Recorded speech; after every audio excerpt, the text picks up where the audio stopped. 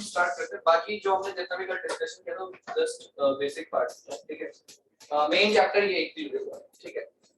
तो सबसे पहले इक्विलिब्रियम का मीनिंग क्या होता है, इसको बोलते हैं इक्विलिब्रियम। तब आप बोलोगे इक्विलिब्रियम होगा क्या, उसको क्या होगा? हाँ, सेम कंडीशन मतलब सेम कंडीशन का मतलब क्या? Net force zero. हाँ, ये चीज। या अगर आप बेसिकली ये बोल सकते हो एक बैलेंस कंडीशन। तो इक्विलिब्रियम बोलने का मतलब सिंपली ये कि एक बैलेंस कंडीशन। क्योंकि जो इक्विलिब्रियम वर्ड है ना, ये एक जनरल वर्ड है, क्योंकि जब आप बैलेंस कंडीशन की बात कर रहे हो तो आप ये चीज बोलोगे बैलेंस किस चीज का बैलेंस है। तो जब हम मैकेनिक्स की बात करते हैं तो हमारे लिए इंपॉर्टेंट है फोर्सेस, अदरवाइज आप इक्विलिब्रियम वर्ड बहुत जगह यूज करते हैं मुझे। बट जब मैकेनिक्स की बात करते हैं तो generally with respect two forces की हम बात कर रहे हैं। बैलेंस कंडीशन मतलब आपका net forces should be zero, ये कहने का मतलब ये है इन मैकेनिक्स। अगर इक्विलिब्रियम बात करते हैं, अगर आप बात करते हो टेम्परेचर इक्विलिब्रियम की, तो कोई भी हीट ट्रांसफर नहीं हो जो मैकेनिकल में पढ़ते हैं जनरली। केमिकल इक्विलिब्रियम हो गया, मतलब कोई भी केमिकल प्रोसेस नहीं हो रही हो, है ना। तो इक्विलिब्रियम जस्ट एक बैलेंस कंडीशन है, बट बैलेंस किस चीज का है वो डिपेंड करता है सिचुएशंस पे। बट हम जब मैकेनिक्स की बात करते हैं तो हम फोर्सेस की बैलेंस की बात कर रहे हैं। फोर्सेस बैलेंस मतलब नेट फोर्स जीरो। अब नेट फोर्स जीरो है तो आपको ये चीज पता होगा from Newton second law F net क्या होता है, मास इनटू एक्सेलरेशन ना, ये चीज। एंड यहां से हमें क्या पता चल रहा है बेसिकली क्या चीज जीरो है, यस एक्सेलरेशन इज जीरो, ठीक है। एंड अगर हम एक्सेलरेशन जीरो की बात करते हैं तो दो ही कंडीशंस पॉसिबल है यहाँ पे। एक कंडीशन ये हो सकता है कि आपका वेलोसिटी ही जीरो और दूसरा वेलोसिटी कांस्टेंट हो। अब कांस्टेंट का मतलब समझते हो, देखो क्या है वेलोसिटी कांस्टेंट मींस कि आप दोनों टर्म्स में कांस्टेंट बोल रहे हो, मैग्नीट्यूड वाइज भी एंड डायरेक्शन वाइज। क्योंकि इवन अगर डायरेक्शन भी चेंज होती है तो मतलब वेलोसिटी चेंज पर एक्सेलरेशन हुआ कुछ ना कुछ। तो magnitude and direction both should be constant, ये चीज इंपॉर्टेंट है।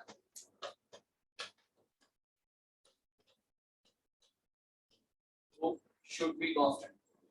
जब वेलोसिटी कांस्टेंट इसका मतलब ही है कि वो मैग्नीट्यूड भी कांस्टेंट होगा, डायरेक्शन भी, बिकॉज़ वो एक वेक्टर क्वांटिटी है, मैग्नीट्यूड एंड डायरेक्शन दोनों पे डिपेंड करता है, ठीक है। तो वेलोसिटी जीरो बेसिकली कौन सा कंडीशन, रेस्ट कंडीशन,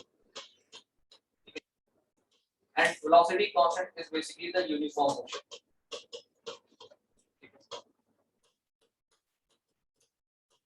जनरली हमारा जो डिस्कशन रहने वाला है वो रेस्ट कंडीशन वाला, यूनिफॉर्म मोशन डिस्कशन नहीं होगा। तो मैकेनिकल में हम डिस्कस करेंगे बाद में, काइनेमेटिक्स एंड काइनेटिक्स वाले पार्ट में।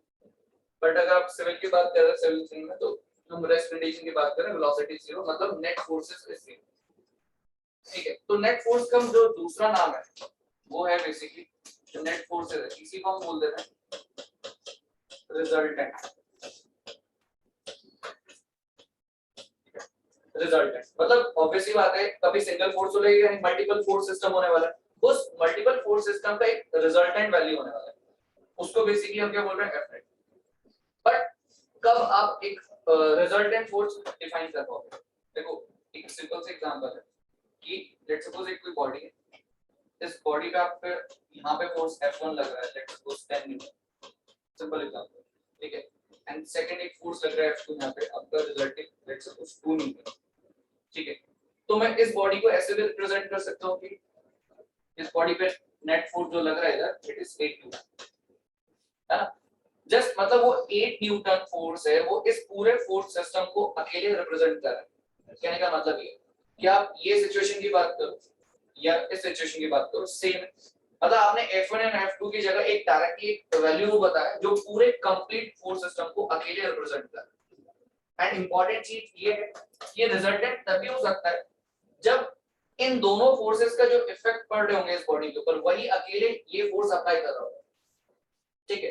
तो रिजल्टेंट बोलने के पीछे रीजन ये है कि the effect of the force system, क्योंकि एक फोर्स सिस्टम है, क्योंकि दो फोर्स लग रहे हैं तो फोर्स सिस्टम बोला, दो तीनों मल्टीपल जितना भी फोर्स सिस्टम का जो इफेक्ट होने वाला है वही इफेक्ट रिजल्टेंट अकेले शो कर रहा होगा, तभी हम उसको रिजल्टेंट बोल सकते हैं, ठीक है। तो रिजल्टेंट में ये पॉइंट जरूर लिख लेना। रिजल्टेंट में जब आप डेफिनेशन लिखोगे तो ये लिख लेना, ये रिजल्टेंट रिप्लेसेस द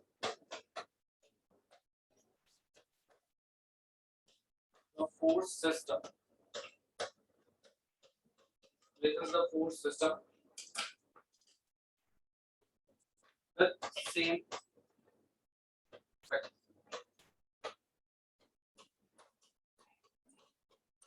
ठीक है, मतलब पूरे फोर्स सिस्टम को रिप्लेस कर देता है बट विद सेम इफेक्ट रहने वाला। तो आप चाहे ये पूरा फोर्स सिस्टम दिखाओ चाहे ये अकेले रिजल्टेंट दिखाओ, बात एक ही है। ठीक है, दोनों सिचुएशंस एक ही। एंड ऑब्वियसली बात है हमारा मोटिव आगे ऑब्जेक्टिव पर्पस यही रहने वाला है, क्योंकि बहुत सारे क्वेश्चंस होंगे जहां पे मल्टीपल फोर्स सिस्टम होगा, हम उसका एक रिजल्टेंट वैल्यू कैलकुलेट करें। ठीक है, तो वो रिजल्टेंट का वैल्यू हम देखेंगे बेसिकली मेथड्स कौन कौन से हो सकते हैं रिजल्टेंट कैलकुलेट करने के। तो resultant just replaces the entire force system but with the same effect, ये चीज इंपॉर्टेंट है। ठीक है, बाकी ये चीज याद रखना कि जब भी आप इक्विलिब्रियम बोल रहे हो it is a balance condition. Question ये है कि बैलेंस किस चीज का है, बैलेंस है यहाँ पर मैकेनिक्स में फोर्सेस का। ठीक है, फोर्सेस बैलेंस मतलब नेट फोर्स जीरो, मतलब resultant is zero. Resultant zero it means resultant force मतलब नेट फोर्स जो होता है mass into acceleration, acceleration will be zero जब आप एफ नेट जीरो बोल रहे हो, क्योंकि मास जीरो का तो कोई मतलब नहीं। तो दो ही कंडीशंस पॉसिबल है, या वेलोसिटी जीरो या वेलोसिटी कांस्टेंट। और वेलोसिटी कांस्टेंट का मतलब जनरली हम ये अज्यूम कर लेते हैं कि वैल्यू कांस्टेंट हो, नहीं, डायरेक्शन दोनों का ही कांस्टेंट होना जरूरी है। इवन डायरेक्शन ही चेंज हो जाएगा तो वेलोसिटी ही चेंज हो जाएगा कंप्लीटली। ठीक है, तो ये चीज याद रखना। नेक्स्ट लिखो इसके बाद methods to find resultant।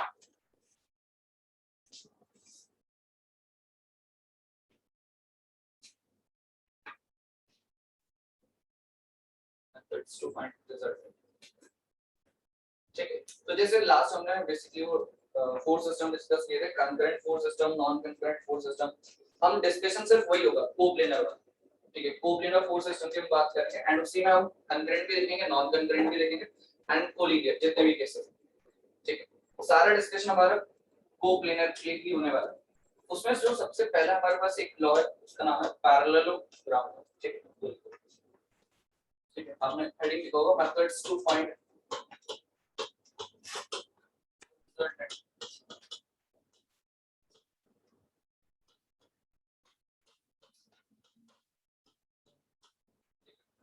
तो इसमें सबसे पहले लिखना पैरेललोग्राम।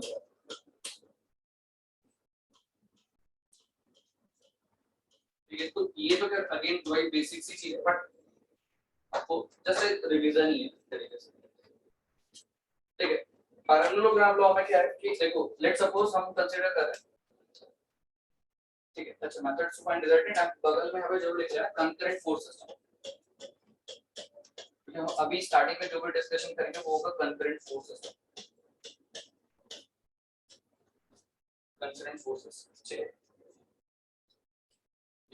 तो लेट्स सपोज कोई पॉइंट है, इस पॉइंट पे बेसिकली आपके दो फोर्स अप्लाई होते हैं। Let's suppose this is F1 and this F2।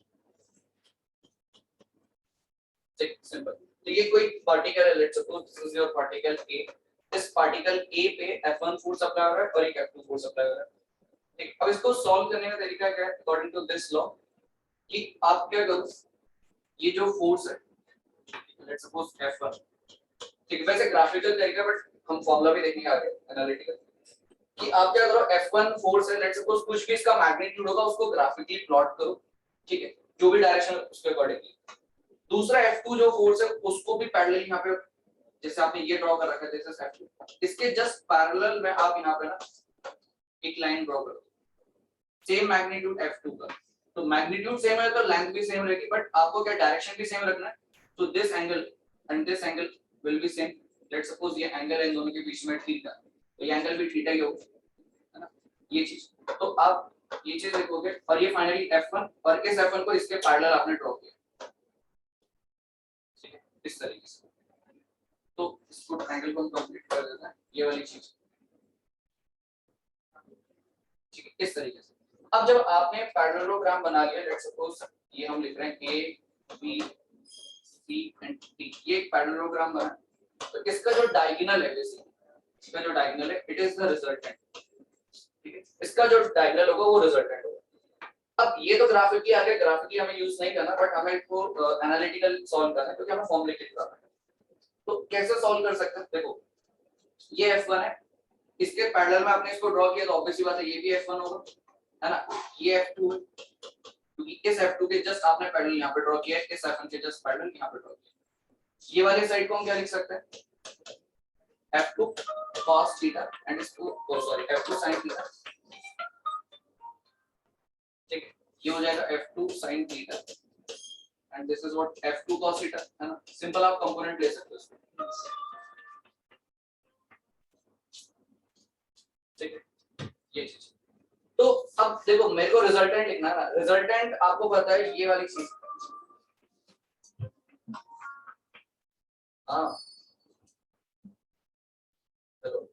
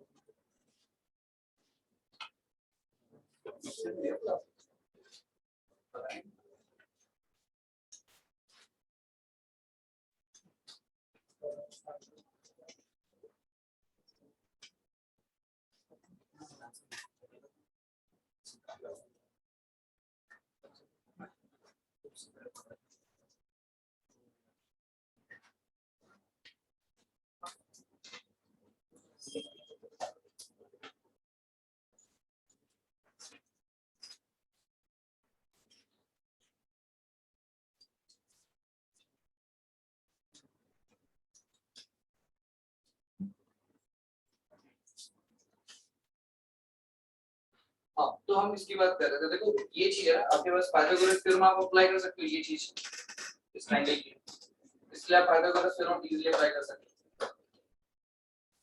ये 90 डिग्री है बेसिकली, है ना।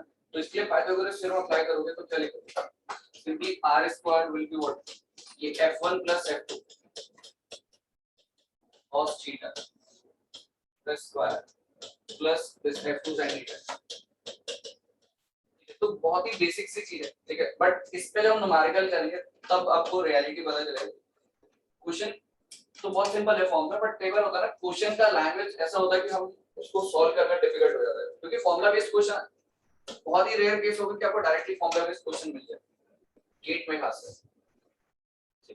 तो वो चीजें इसको अगर हम सॉल्व करते हैं, देखो सिंपली ब्रैकेट ओपन करोगे तो ये f1 का square plus f2 square cos square theta, ठीक है, plus 2f1 f2 cos theta and ये चीज हो जाएगा plus f2 square sin square theta. ये चीज तो सिंपलीफाई करके इस r स्क्वायर तो r हटाओ x स्क्वायर, डायरेक्टली वैल्यू हम लिख लेते हैं a square f1 square plus f2 square, ठीक है, cos स्क्वायर sin स्क्वायर 1 बनेगा 2f1 f2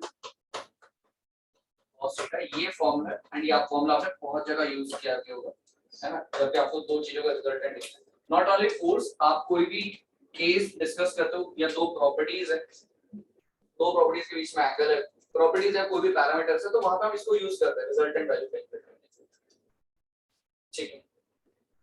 ये चीज तो ये फॉर्मूला आपको निकल के आता है यहां से, किससे? पैरेललोग्राम लॉ से, ठीक है। अब सेम सिनेरियो, ये आपका कौन सा केस है? देखो अगर इससे हम बात करते हैं, ये आपका टू फोर्स सिस्टम है, टू आपका कंकरेंट फोर्स सिस्टम है, और कंकरेंट में बेसिकली दो ही फोर्सेस हैं, कंकरेंट फोर्स सिस्टम। क्योंकि ये हमने क्या कंसीडर किया कि एक पार्टिकल A है, उस पे F1 एंड F2 लग रहा है, और दोनों के बीच में लेट्स सपोज एंगल थीटा, वही चीज हमने कंसीडर की। कंकरेंट फोर्स सिस्टम है एंड सिर्फ दो फोर्सेस की बात हो रही है, ओनली टू फोर्सेस। उसके लिए फॉर्मूला हमेशा एप्लीकेबल होगा, theta is the angle between the two forces, है ना। बस ये चीज याद रखना है, थीटा जो है, theta is the angle between the forces, angle between the forces,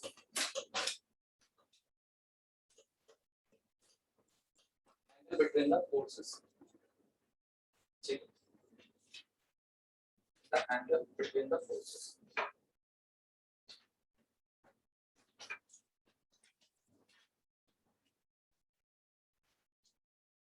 अब इसी पे बहुत सारे क्वेश्चंस बन सकते हैं, ठीक है, वो भी हम डिस्कस करेंगे।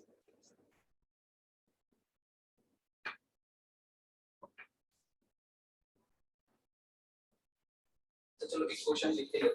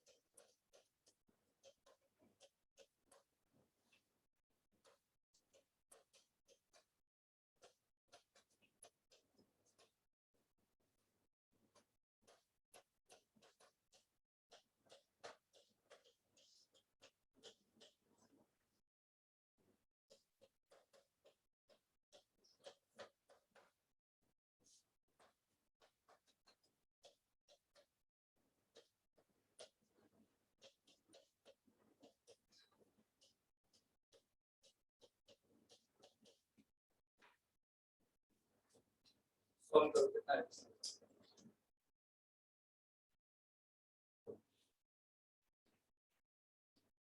Greatest and least resultant of two forces acting on a particle। अच्छा, ये चीज का मतलब होता है, ये जो चीज लिखा है ना, एक्टिंग ऑन अ पार्टिकल, इसका मतलब क्या है? इस लाइन से हमें क्या पता चलता है? हाँ, concurrent, yes exactly, acting on a particle, क्योंकि जब आपने एक पार्टिकल डिफाइन कर दिया ना, तो इस पे कभी नॉन कंकरेंट फोर्स सिस्टम का कोई पॉसिबिलिटी नहीं बनता है। आप इस पे फोर्सेस बताओगे, it is always a concurrent force system. तो एक्टिंग ऑन अ पार्टिकल, इस पॉइंट का सिंपली यहाँ पे अंडरलाइन करके मीनिंग भी लिख लिया ना, इसका मतलब क्या है? Concurrent forces. नॉन कंकरेंट के लिए पॉइंट ऑफ एप्लीकेशन डिफरेंट होना चाहिए। अब जब एक पार्टिकल है तो दूसरा पॉइंट ऑफ एप्लीकेशन पॉसिबल ही नहीं, ठीक है। तो वो चीज लैंग्वेज में एक एक जैसे क्वेश्चन है ना, क्वेश्चन का एक एक वर्ड आपको क्लियर होना चाहिए, क्या मीनिंग है उसका। Acting on a particle simply means कि कंकरेंट फोर्स सिस्टम, तो सिंपली कंकरेंट फोर्स सिस्टम है। निकालो आंसर कितना है। तो बहुत ही सिंपल है, ऐसा अपने लेवल पे भी कर सकते हैं।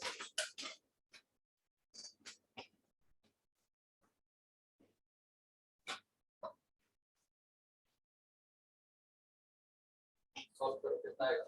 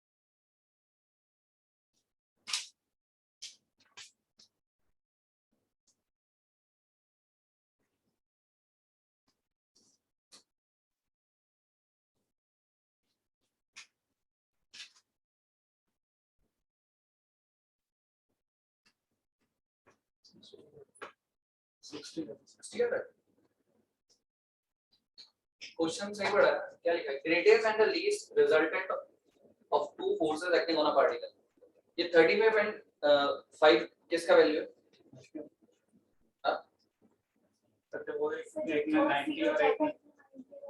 हाँ, मतलब ये आपके पास r max का वैल्यू है। r max का वैल्यू कितना है? 35 किलोमीटर। और ये r max कब पॉसिबल हो सकता है? 0 डिग्री पे, यस एग्जैक्टली। और r मिनिमम 5 किलोमीटर। देखो सबसे पहले तो ये चीज जो हमारे पास फॉर्मूला ये है ना, ठीक है, ये लिख लेते हैं। तो रिजल्टेंट का जो फॉर्मूला है आपके पास, this is f1 square plus f2 square plus 2f1 f2 cos theta. ठीक है, तो इस फॉर्मूले को आप देखिए एक चीज डायरेक्टली बोल सकते हो कि r is maximum. r maximum कब होगा? When theta is what? 0। ठीक है, थीटा 0 होने पे मैक्सिमम होगा और मैक्सिमम वैल्यू क्या हो जाएगी? cos 0 is 1, तो a square plus b square का फॉर्मूला बनेगा, मतलब f1 प्लस f2 का होल स्क्वायर बनेगा। अंडर रूट कैंसिल आउट हो जाएगा तो बचेगा कैसे? नहीं, f1 plus f2 and r minimum कब बनने वाला है? When theta is 180 degree. And theta is 180 degree तो r मिनिमम का वैल्यू क्या हो जाएगा? क्योंकि cos 180 विल बी -1, तो ये हो जाएगा f1 माइनस f2। मतलब f1 प्लस f2 का वैल्यू दिया आपको ये, है ना? तो f1 plus f2 equals to what? f1 ये माइनस f2। और ये 25 के इसका वैल्यू दिया। हां, ये रिजल्टेंट का दिया, जो एक्चुअल में f1 f2 उनके रिजल्टेंट वैल्यू दिया। तो यहां से f1 f2 का वैल्यू कितना आ रहा है सॉल्व करने का? 20 एंड 15। ये आ रहा है ना कैलकुलेशन? हाँ, यहाँ तो बोल सकते हैं सर। ना आपका तो आ रहा है कि बाकी लोगों का क्या आ रहा है? सर ठीक है, देखो आप लोगों का आंसर आ रहा है जो भी आ 20 एंड 15। और फॉर्मूले में हमें देखो क्वेश्चन में डायरेक्टली गिवन क्या था? 25 रिजल्टेंट वैल्यू गिवन है। If 25 kilonewton is the magnitude of resultant for the given system of forces। अब आपको 25 किलोन्यूटन रिजल्टेंट लिया है, 25, ठीक है, 25 का स्क्वायर हो जाएगा और ये f1 आपके पास 20 का स्क्वायर प्लस 15 का स्क्वायर और plus 2f1 f2 cos theta. 25 कितना है? 625। 20 कितना होगा? 400 और 15 225 ना। तो कहने का मतलब ये है कि this one will be cancel out. 400 plus 225 तो ये 2f1 f2 cos theta equals to 0 नहीं होगा? तो 60 कैसे होगा? वो 180 नहीं लिया था, 180 लिया था, 90 ले लेता। ये भी अच्छी बात है। ठीक है, इस 90 मतलब आपको कैसे लगा कि वो 90 डिग्री पे मिनिमम होगा? तो कैसे हो सकता है? इसलिए मैंने सॉल्व किया है। ठीक है, देखो सिंपल है, आप फॉर्मूले को देखो ना, यहाँ पे ये चीज मिनिमम कब हो सकती है? जब थीटा इज 180 डिग्री। और एक्चुअली में होगा भी। आप ये देखो ना, कोई भी सिंपल केस लो, ये फोर्स यहाँ पे 10 ये था, अगर इन दोनों 10 और लेट्स सपोज ये आपके पास 5 न्यूटन है, दो फोर्स लग रहे हैं, ठीक है। अब ये दोनों के बीच में अगर एंगल क्या हो जाए? 180 डिग्री का एंगल हो जाए, लेट्स सपोज दिस 180 डिग्री, तो resulting value will be what? 5 Newton वाली, है ना? बट अगर कुछ और एंगल होगा तो डेफिनेटली 5 से तो ज्यादा वैल्यू आएगी है, ठीक है। तो ये चीज आपको हमेशा याद रखना है, मैक्सिमम वैल्यू इतना है और मिनिमम वैल्यू इतना है, किस एंगल पे वो चीज, ठीक है। तो आंसर कितना आएगा? 90 डिग्री है ना? बिल्कुल सिंपल है। सर वो हमने याद कि इसको लिया है, कौन सा लिया है? मैक्सिमम इसलिए लिया है क्योंकि क्वेश्चन में ये डायरेक्टली मेंशन है the greatest and the least result. ये चीज है ग्रेटेस्ट एंड लीस्ट। तो ग्रेटेस्ट तो ये पॉसिबल तभी हो सकता है जब आप थीटा क्या लो, 0 लो, एंड मैक्सिमम और मिनिमम तब पॉसिबल है जब आप थीटा 180 डिग्री लो। इस वजह से केसेस ये है क्योंकि उन्होंने लिखा है directly greatest and the least, वो चीज। क्वेश्चन का वही मैं बोल रहा हूँ, क्वेश्चन का लैंग्वेज इंपॉर्टेंट होता है, ग्रेटेस्ट एंड लीस्ट रिजल्टेंट्स, तो लीस्ट एंड रिजल्टेंट मतलब मैक्सिमम वाला और रिजल्टेंट लीस्ट वाला, ग्रेटेस्ट एंड लीस्ट, तो वो एंगल आपको क्लियर होना चाहिए 0 एंड 180 वाली चीज, ये चीज हमेशा आप याद रखो। इसी से रिलेटेड एक और क्वेश्चन है, क्वेश्चन ये तो क्लियर हो गया ना देखो।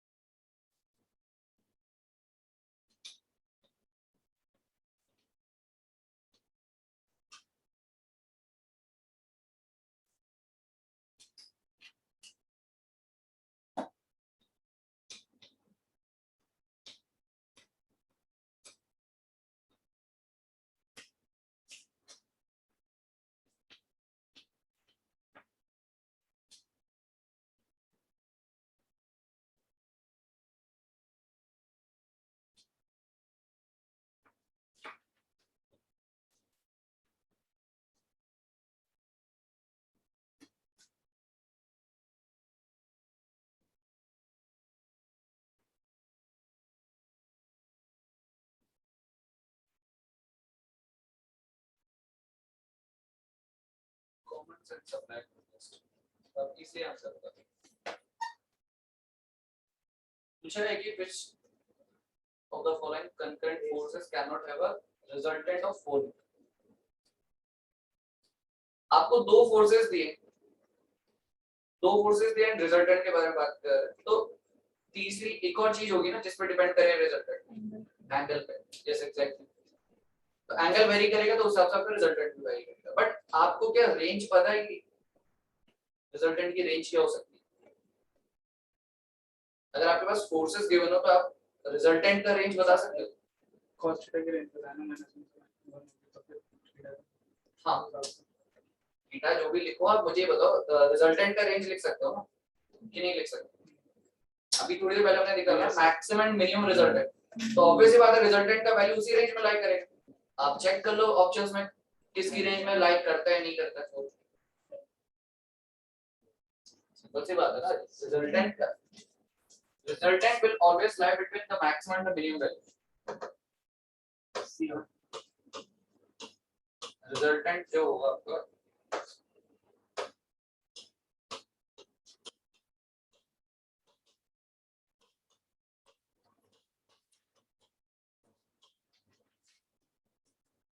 और रिजल्टेंट अपनी इस मिनिमम और मैक्सिमम वैल्यू के बीच में लाई करेगा। और मिनिमम की बात करते हो, मिनिमम आपको पता है f1 f2 और maximum is what f1 f2, दोनों ही फोर्सेस आपके पास है, तो आंसर क्या होना चाहिए?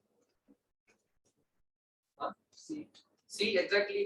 2 + 4 करते हो 6, माइनस करोगे तो 2, तो 2 और 6 के पीछे 4 आता है एग्जैक्टली। 2 + 6 8 एंड माइनस करते हो 4, हाँ है, बट 2 + 8 करते हो उससे 10 हो जाएगा, माइनस करते हो 6, तो 6 और 10 के बीच में 4 लाई नहीं करता है। तो आंसर क्या होगा? आंसर विल बी सी।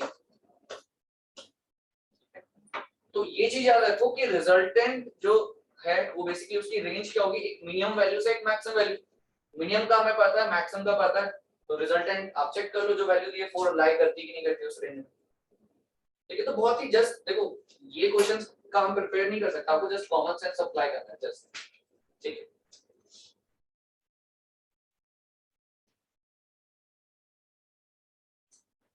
ठीक है, तो ये चीज याद रखना कि रिजल्टेंट का जो रेंज है मिनिमम और मैक्सिमम, और मिनिमम का वैल्यू कब f1 - f2, और angle will be what 180 degree, और यहाँ पे क्या होगा एंगल थीटा इज 0 डिग्री। ये चीज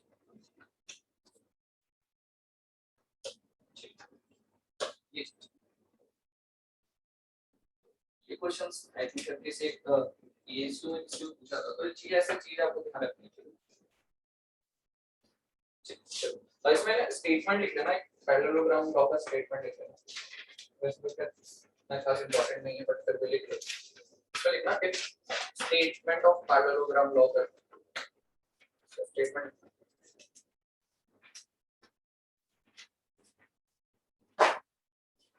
Two forces acting simultaneously. Two forces acting simultaneously on a body at a point simultaneously on a body at a point are represented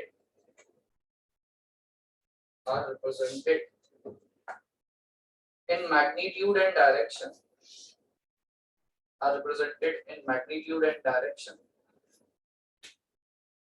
by the two adjacent sides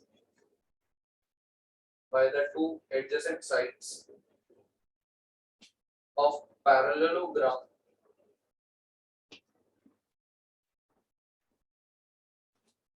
Then their resultant is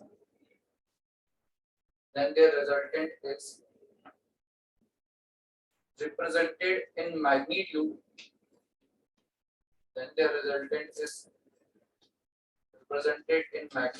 And direction by the diagonal of the parallelogram.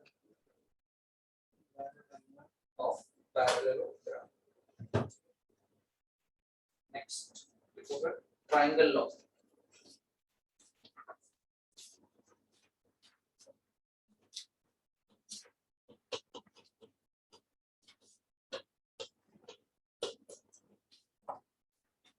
Triangle law. Same वही case है, concurrent force system और दो forces हैं, जैसे दो forces। तो let's suppose this is your particle A and इस A particle पे एक force आपका ये F1 है and this is F2। ठीक है, तो ये दो forces लग रहे हैं। अब triangle law में इसको solve करने का तरीका क्या है कि let's suppose ये आपके पास particle है, particle पे force F1 लग रहा है। ठीक, वेक्टर एडिशन में क्या होता है कि देखो ये आपके पास एक वेक्टर है, तो वेक्टर का ये हेड है, ये टेल है ना, this is tail, this is head. तो जब आप दूसरा वेक्टर ऐड करोगे तो हमेशा दूसरे वेक्टर का टेल आएगा फिर हेड आएगा। ठीक है, ये इसका वेक्टर एडिशन।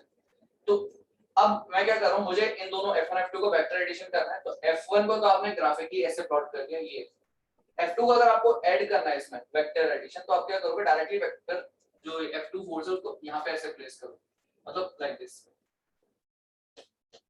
ठीक है, F2 का tail then head, tail head फिर टेल हेड, इस तरीके से ये वेक्टर ऑर्डर होता है। अब जो तीसरी साइड होगी, तीसरी साइड इसको क्लोजिंग साइड हम बोल रहे हैं, ये है closing side but in the reverse order. F1 F2 आपका ऑर्डर में, ठीक है, ये चीज F1 and F2 are in order. ये ऑर्डर में कहने का मतलब क्या है, टेल फिर हेड, है ना, टेल फिर हेड फिर टेल फिर हेड, ये चीज इसको बोल रहा हूं ऑर्डर। तो F1 F2 तो ऑर्डर में, बट जो तीसरी साइड होगी ऑब्वियसली बात है वो क्लोजिंग साइड है, वो अगर रिवर्स ऑर्डर में है then it is represented as the resultant, then it will be represented as resultant, ठीक है। अब इस केस में देखो लेट्स सपोज इनिशियली दोनों के बीच में एंगल था थीटा, ठीक है, this angle will also theta, ये भी थीटा है भाई, क्योंकि आपने इसको जस्ट पैरेलली इसको यहां पर ड्रॉ करा, ठीक है। अब अगर हम बात करते हैं अंदर के एंगल्स की, देखो लेट्स सपोज इस एंगल की मैं बात करूं तो ये क्या हो जाएगा पाई माइनस थीटा, क्योंकि 180 माइनस थीटा हुआ। रिजल्टेंट का f1 के साथ एंगल लेट्स सपोज अज्यूम करते हैं अल्फा, ठीक है। और अगर मैं इस एंगल को तीसरे वाले एंगल को क्या लिख सकता हूं, तीसरा एंगल कितना हो जाएगा, सॉल्व करोगे तो टोटल समेशन 180 डिग्री होता है, this plus this and plus this, total 180 solve करोगे तो कितना होगा, हां थीटा माइनस अल्फा, ये एग्जैक्टली ये एंगल जो है ये होगा थीटा माइनस अल्फा, ठीक है, क्योंकि आप तीनों का समेशन करके आपको 180 डिग्री मिलना चाहिए, थीटा माइनस अल्फा करोगे तो आपको आंसर मिल जाएगा, ठीक है। तो ये समेशन हो गया। अब आपको देखो ये ट्रायंगल बना है, इस ट्रायंगल के लिए आपको साइन रूल लिखना आना चाहिए। साइन रूल क्या होता है, ठीक है, तो ये बेसिक चीजें हैं जो आपको ट्रिग्नोमेट्री की आपको पता होनी चाहिए। देखो साइन रूल कहने का मतलब ये ट्रायंगल की, हां बोलो, sin alpha upon f2, sine alpha upon sin alpha upon f2 या f2 अपॉन sin अल्फा, हां वो चीज वैसे भी लिख सकते हो, ठीक है, मतलब ऐसा है f1 अपॉन sin अल्फा, मतलब कोई भी ट्रायंगल की एक साइड लो उसके जस्ट अपोजिट वाला एंगल, f1 में तो हां सॉरी इसमें एंगल आ जाएगा theta minus alpha, it will B theta minus alpha, ठीक है। तो कोई भी साइड आपने कंसीडर करी उसके जस्ट अपोजिट वाला एंगल, ठीक है, इक्वल टू क्या हो जाएगा f2 डिवाइडेड बाय f2 के opposite alpha sin alpha, and यहां पे हो जाएगा ये क्या तीसरा रिजल्टेंट, तो रिजल्टेंट के अपोजिट एंगल है sin phi माइनस थीटा, ये तो ये बेसिकली साइन रूल, ये साइन रूल है। और कोसाइन रूल में क्या होगा, कोसाइन रूल में कैसे लिखते हैं, ठीक है, साइन रूल कोसाइन रूल सब आपको आना चाहिए।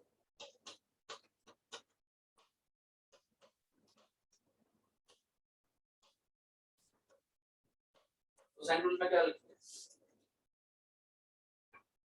कोई भी एक साइड का स्क्वायर करो, देखो लेट्स सपोज मैं f1 लिख रहा हूं, f1 का स्क्वायर इक्वल्स टू f1 के अलावा और कौन सी साइड से f2 स्क्वायर, ठीक है, f2 square plus r2 square minus minus sine लगेगा और आपको यहाँ पे आएगा 2f1 और sorry r2 f2 into r into cos, cos में एंगल आएगा f1 के अपोजिट वाला, f1 के अपोजिट एंगल है थीटा माइनस अल्फा, जी इस तरीके से, ठीक है, ये चीज।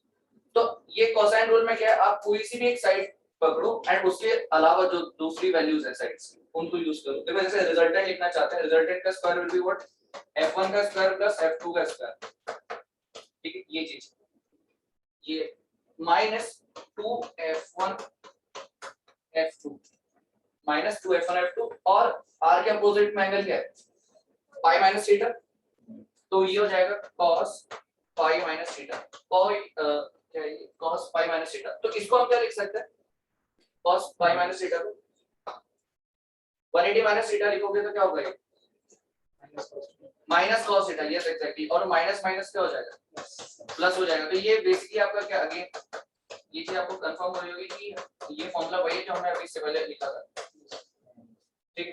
तो ये चीज है, सिचुएशन के ऊपर डिपेंड करता है कि आप कोसाइन रूल यूज कर रहे हो साइन रूल यूज कर रहे हो, वो आपके ऊपर डिपेंड करता है, ठीक है, बट आपको साइन रूल कोसाइन रूल लिखना आना चाहिए।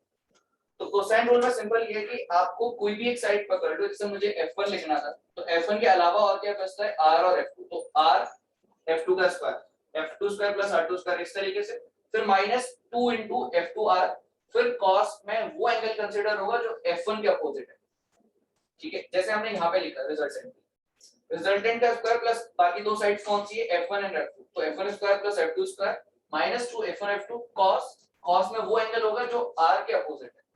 सिमिलर वे में अगर हम लिखना चाहें इसका f2 तो क्या लिखेंगे आप, इसके अलावा और कौन सी साइड है हमारे पास, एक f1 का स्क्वायर प्लस r का स्क्वायर माइनस 2 f1r एंगल क्या होगा f2 के अपोजिट अल्फा। यस, इस तरीके से आप कोसाइन रूल भी लिख सकते हैं।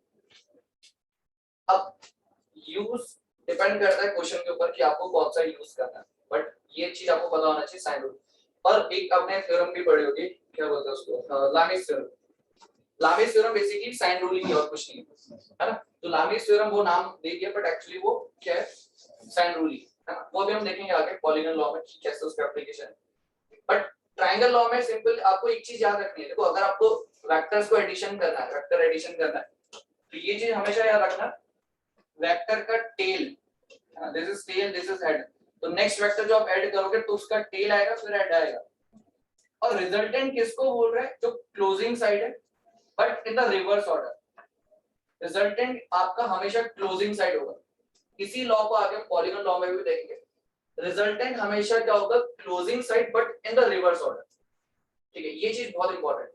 तो इसमें एक स्टेटमेंट लिख लेना, इसमें लिखना इन ट्रायंगल लॉ, इसमें स्टेटमेंट लिखो पहले। In triangle law if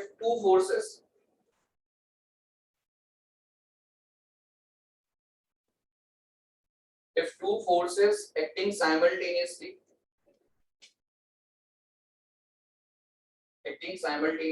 on a particle are represented by the two sides of a triangle, bracket में लिख लेना in magnitude and direction, ठीक है। फिर आगे लिखना taken in order, then the third side bracket में लिखो closing side, then the third side bracket में लिखो closing side represents the resultant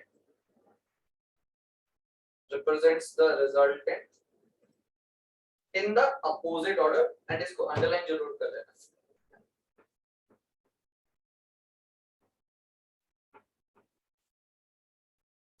in the opposite order, ठीक है।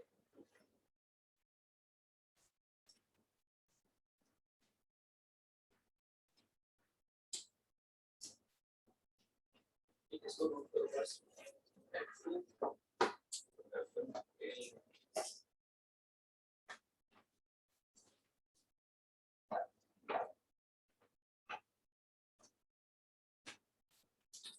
सर यार अगर आप बोल रहे हो F2 को F1 की टेल में ना, देखो एक चीज है, आपने F2 को F1 में ऐड किया है, ये केस है आपके पास, ये आपके पास F1 है, दिस इज योर F2, ठीक है। इस तरीके से आप F2 को F1 में ऐड करना चाहते हो तो आप यही करोगे कि इस F2 को उठा के ऐसे प्लेस कर दो, ठीक है।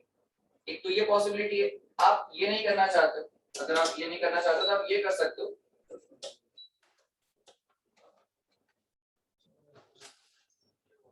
या फिर कम करना है, ठंडा लग रहा है, कितना करोगे उसको, पहले कितने में रहे, 22, ठीक है। तो हाँ सुनो, फिर क्या हम बोल रहे थे कि अगर आपको F2 F1 पे ऐड करना है तो इस तरीके से ऐड होगा, बट अगर आपको F1 F2 में ऐड करना है तो ये चीज आपका F2 ऐसे में था, ठीक है, दिस इज F2, तो F1 ऐड करना है तो आप इस तरीके से ऐड करो, ठीक, इस तरीके से ऐड करोगे तो बात वही है ना, रिजल्टेंट तो यही रहना है। आप कैसे भी सॉल्व करो, चाहे इस तरीके से सॉल्व करो चाहे इस तरीके से सॉल्व करो, रिजल्टेंट तो सेम ही रहेगा, ठीक है। यहाँ पे हमने F2 को F1 में ऐड किया, यहाँ पे हमने F1 को F2 पे ऐड किया, है ना, करेक्ट। तो रिजल्टेंट विल रिमेन सेम, उससे कोई फर्क नहीं पड़ेगा, ठीक है।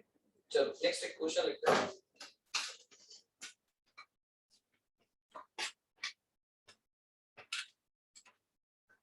ये लिख लिया सर,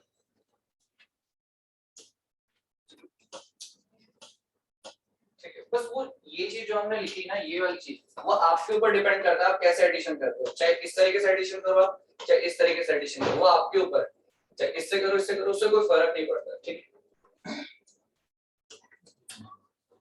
क्वेश्चन लिखो नेक्स्ट, द रिजल्टेंट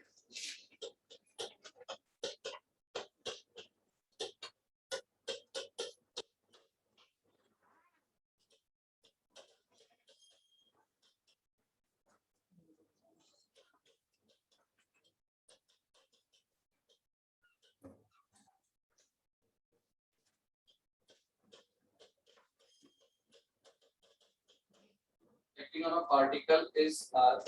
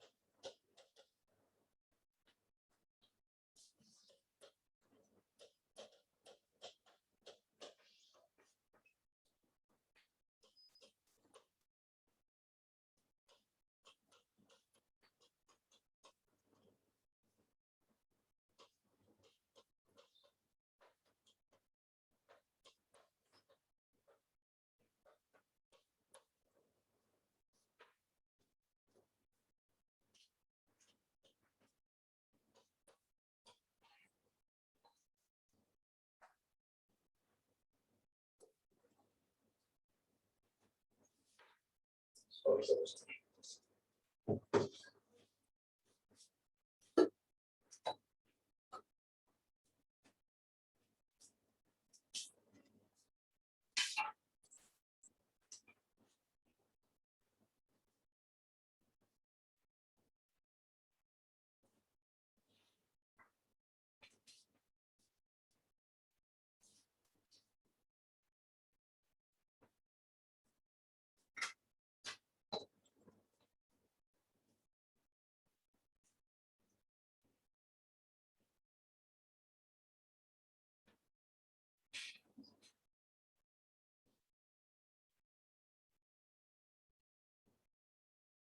क्वेश्चन का जो स्टेटमेंट है ना उसको ड्रॉ करने की कोशिश करो, क्योंकि जब तक ड्रॉ नहीं करोगे आपको क्लैरिटी नहीं होगा कि बेसिकली क्वेश्चन में बोला क्या गया है। जब हम ड्रॉ करेंगे उसका फिगर आपको खुद ही वहां से क्लू मिल जाएगा कैसे हमें सॉल्व करना है।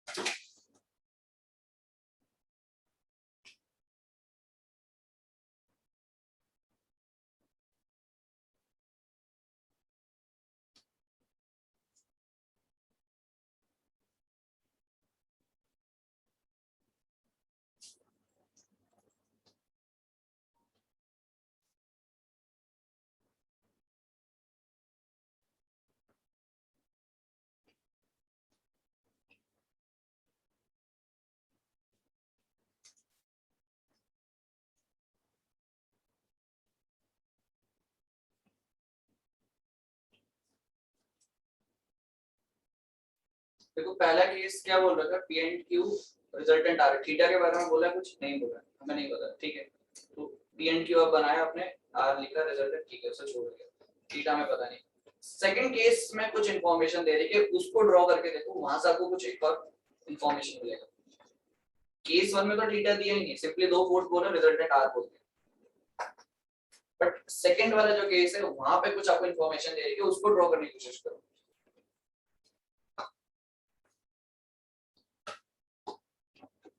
P equals to R.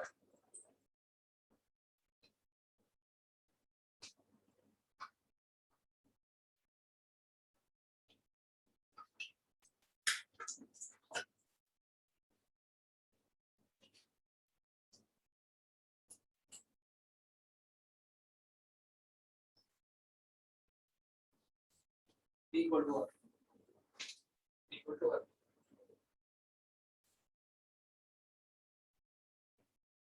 Second से कौन सा को निकालना, अलग को निकालना। देखो डायग्राम बनाओ ना, डायग्राम बनाओगे तो खुद पता चल जाएगा। डायग्राम बनाने के बाद क्या लगा, साइन रूल लगा। साइन रूल का चलो ठीक है, लगा साइन रूल से भी और सिंपल चीज भी तो होती है। वो जो डायग्राम है उसमें सबसे सिंपल चीज क्या अप्लाई हो सकती है, ऐसा करो सिंपल।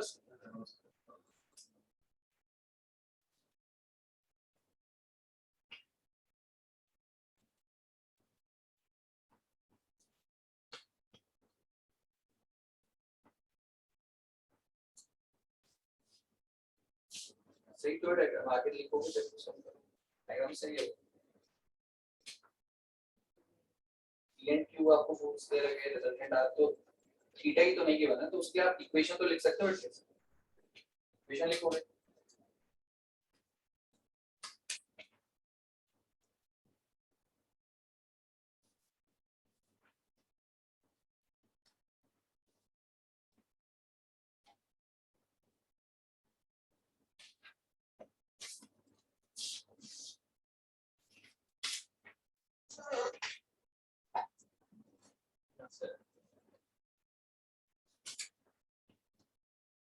डिवाइड कहां से आएगा?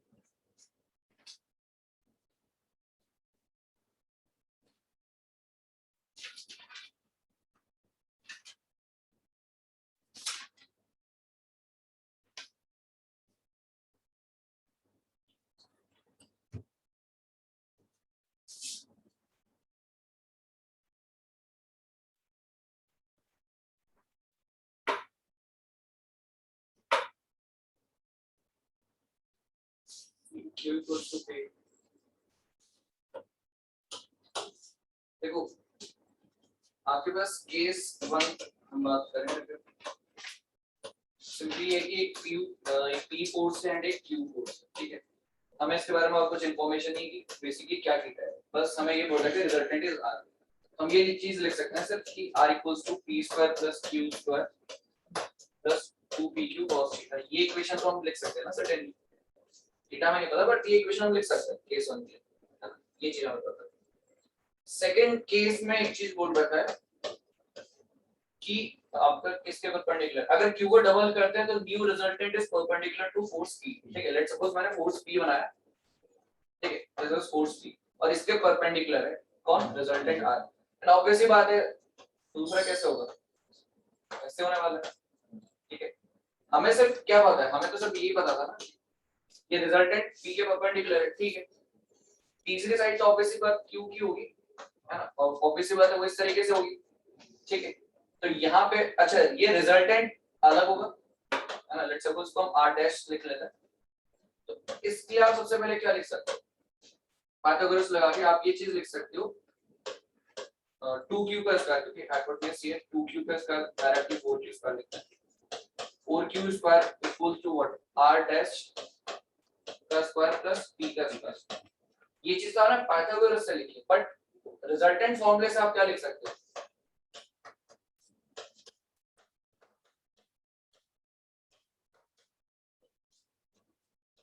Four P Q cos theta, ठीक है, 4PQ cos थीटा, ठीक है, ये चीज। अब यहाँ पे एक चीज देखो, कुछ में क्या लिखा है कि the resultant of two forces PQ is acting on a particle is R, if Q is doubled then the new resultant is perpendicular to force P, ठीक, इस तरीके से। तो अब यहाँ पे ये जो R डैश है इसका वैल्यू अगर मैं यहाँ सब्स्टिट्यूट करूँ, ठीक है, इस R डैश का वैल्यू यहाँ से आप लिख सकते हो, R डैश का value it is what 4Q square minus P square, simple just mathematics. R dash का वैल्यू उठा के यहाँ रखा, ये हो जाएगा 4Q square minus P square, यहाँ रखते हो तो P square plus 4Q square plus 4PQ cos theta, ठीक है। तो यहाँ से सॉल्व करोगे सिंपलीफाई तो क्या होगा, ये 4Q वाला टर्म कैंसिल आउट हो जाएगा, है ना, और ये वाली चीज इसको आप सॉल्व करोगे तो यहाँ से आपके पास बनेगा ये 2P square will be what minus 4PQ cos theta and अगर इसको फाइनली लिखे तो P square will be what minus 2PQ cos theta। ये वैल्यू हमारे पास एक फाइनली यहाँ से रिजल्ट निकलता है। तो इस ये इक्वेशन, हाँ कौन सा टर्म, अच्छा अगर तो उसको स्क्वायर लगा दो, स्क्वायर एक तो नहीं लिखा है और क्या, ये स्क्वायर ये स्क्वायर, अरे इक्वेशन में मैंने स्क्वायर लिखा तो अंडर रूट का कोई मतलब नहीं है ना वो चीज, ठीक, हाँ ये स्क्वायर होना चाहिए, यहाँ पे स्क्वायर होना चाहिए, ठीक है। तो r डैश का वैल्यू उठा के हमने डायरेक्टली यहाँ पे रखा वो चीज, वो रखा तो ये सिंपलीफाई कर रहा था, फाइनली p स्क्वायर का वैल्यू मिला। इस p स्क्वायर के वैल्यू में अगर हम इसमें पुट करें डायरेक्ट तो क्या रिजल्ट मिलेगा, r equals to q, है ना। क्योंकि minus 2p q cos theta उसमें से कैंसिल आउट होगा और ये यहाँ से सिंपली रिजल्ट मिल जाएगा r इक्वल्स टू q। तो सिंपली आपको जो क्वेश्चन में गिवन है उसी को यूटिलाइज करना है। क्वेश्चन में आपको ये मेरे आपने ये डायग्राम सबने बनाया बट आप इसमें पाइथागोरस लगा दो। अच्छा कई बार सबसे बड़ी मिस्टेक ये हो सकती है कि आप उसने इसको अलग से लिखा ही नहीं, आपने इसको r ही अज्यूम कर लिया। मे बी ये चीज हो सकता है। तो r डेफिनेटली चेंज होगा क्योंकि उसमें लिखा है क्वेश्चन में न्यू रिजल्टेंट एंड ऑब्वियसली बात है कोई भी एक चीज चेंज करो आइदर फोर्स को चेंज करो या थीटा को चेंज करो रिजल्टेंट तो चेंज हो गई। एंड पाइथागोरस लगा के ये एक अलग से रिलेशन है बस वो इसलिए मिल पाए क्योंकि आपका यहाँ पे 90 डिग्री बन रहा था एंड पाइथागोरस थ्योरम ने डायरेक्टली लगा है ना। एंड फिर उस r टेस्ट का वैल्यू इस इक्वेशन में यूज करा। ये कहां से ये तो हमारे पास इक्विलिब्रियम वाली इक्वेशन है मतलब जो पैरेललोग्राम लॉ से हमने फॉर्मूला निकाला था रिजल्टेंट। तो सिंपल आप सिर्फ क्वेश्चन तो सबसे पहली चीज तो क्वेश्चन का लैंग्वेज फिर जो क्वेश्चन में इंफॉर्मेशन गिवन है उस इंफॉर्मेशन को आप कैसे यूटिलाइज कर सकते हो क्योंकि डायग्राम बना डायग्राम के बाद अब आपके माइंड में कुछ चलना चाहिए 90 डिग्री है तो पाइथागोरस थ्योरम को हम यूज कर सकते हैं। पाइथागोरस थ्योरम को यूज करने के बाद आपको कुछ एक रिलेशन मिलता है उस रिलेशन को दूसरी इक्वेशन में रख के देखो क्या कुछ चीजें सिंपलीफाई हो रही है कि नहीं हो रही। अगर सिंपलीफाई हो रही है तो देन डेफिनेटली फिर उसको आप सॉल्व कर सकते हो। ठीक है अब क्वेश्चन में देखो अब आप ये बोलोगे सर थीटा आपने चेंज करा ही नहीं हो सकता है क्योंकि क्वेश्चन में सिर्फ अगर आप क्वेश्चन पढ़ते हो क्वेश्चन में क्या लिखा है if q is double then the new resultant is perpendicular to force p। सिर्फ यही बोला है कि रिजल्टेंट सिर्फ q डबल है एंगल के बारे में कुछ बोला ही नहीं है इसलिए एंगल हमने चेंज किया ही नहीं क्योंकि वहां पे भी थीटा यहां पे भी थीटा ही है क्योंकि क्वेश्चन में थीटा के बारे में कुछ मेंशन ही नहीं है सिंपली सिर्फ ये बोला कि q को डबल किया। केस 2 में तो सिर्फ ये बोला ना कि जो q है न्यू q डैश वो क्या हो जाएगा 2q है। ठीक है जो इस बार q था वो क्या हो गया 2q हो गया सिर्फ ये बोला थीटा के बारे में कुछ नहीं बोला है इसलिए हमने थीटा सेम ही रखा ये चीज। अदरवाइज कुछ और होता तो तब हम चेंज कर सकते हैं क्वेश्चन के अकॉर्डिंग। ठीक है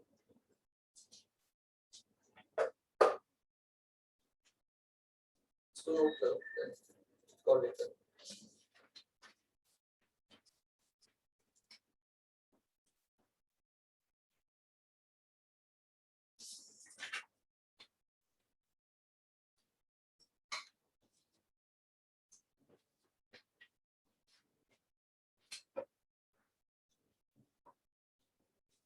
क्योंकि देखो एक चीज है मैकेनिक्स वाला पार्ट ऐसा है कि यहाँ थ्योरी कुछ नहीं मिलेगा आपको सिर्फ न्यूमेरिकल प्रैक्टिस है। ठीक है क्योंकि जब तक ऑब्वियसली बात है देखो एक चीज जब भी आप एग्जाम देने जा रहे हो सब प्रिपेयर कर रहे हैं सबको फॉर्मूला सबको पता है ऑब्वियसली बात है जो प्रिपेयर कर रहा है उसको सबको फॉर्मूला पता है फॉर्मूला पढ़ के सब जा रहे हैं बट किसी का आंसर आ रहा है और किसी का नहीं आ रहा है। ठीक है तो वो चीज क्यों है लैक ऑफ प्रैक्टिस सिंपल सी बात है। फॉर्मूला जो भी पढ़ के जाएगा फॉर्मूला पढ़ के जाएगा जो एग्जाम देने जा रहा है फॉर्मूला पढ़ के जाएगा सबने पढ़ रखा है बट जिसने क्वेश्चंस प्रैक्टिस नहीं किया होगा बेसिकली वो मिस्टेक कर सकता है क्योंकि देखो फॉर्मूला पता होना एक अलग चीज है ना और वो वैल्यूज में पुट करना करेक्टली वो भी अलग चीज है फाइनली आंसर निकालना करेक्ट वो भी अलग चीज है। तो वो बेसिकली सब आप प्रैक्टिस से ही डेवलप कर सकते हो इसलिए न्यूमेरिकल अगर आप गेट फोकस्ड हो तो न्यूमेरिकल एबिलिटी पे सबसे ज्यादा फोकस करना है।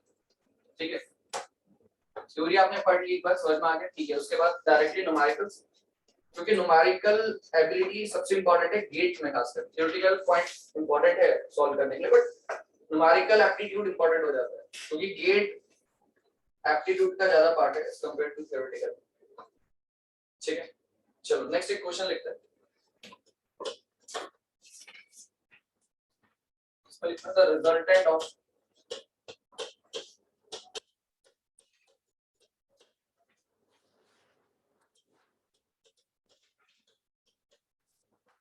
forces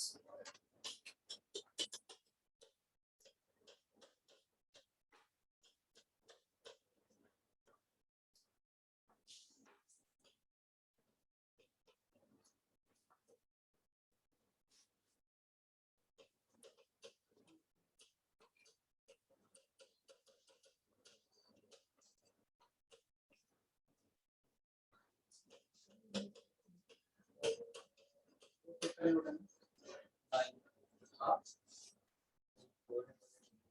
ये 7 है यही तो बात है इसको भी तो टैलेंट ही बोलते हैं। मैंने अपने अकॉर्डिंग 7 लिखा आपने 4 कंसीडर करा 9 कंसीडर किया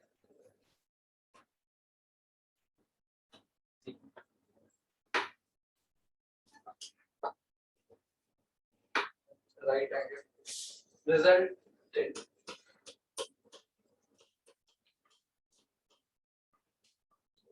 is under root 34.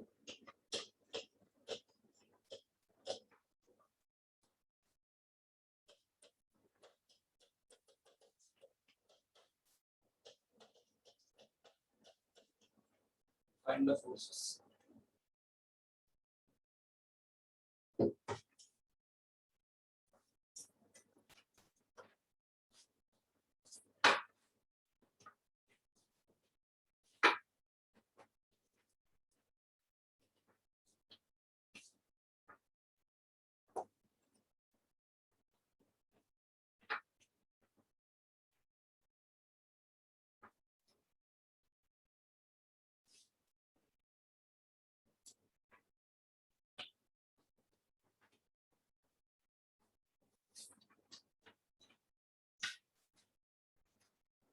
ठीक है, इस क्वेश्चन में सिंपली कॉन्सेप्ट पूछेंगे, सिंपल मैथमेटिक्स है, इंफॉर्मेशन जो गिवन है उससे आपको जो पूछा है वो निकालना है एंड आपको जस्ट मैथमेटिक्स यूज करना और कुछ नहीं, स्ट्रेट फॉरवर्ड क्वेश्चन।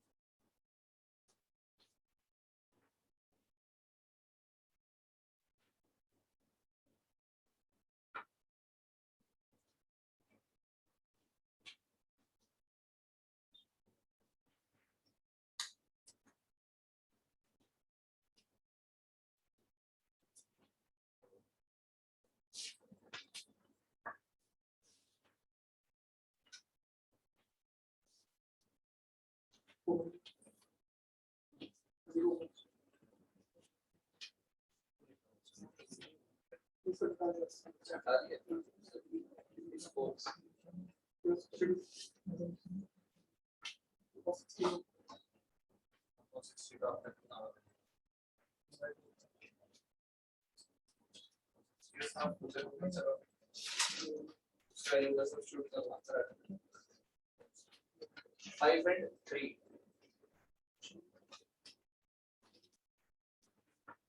आंसर आ रहा है तो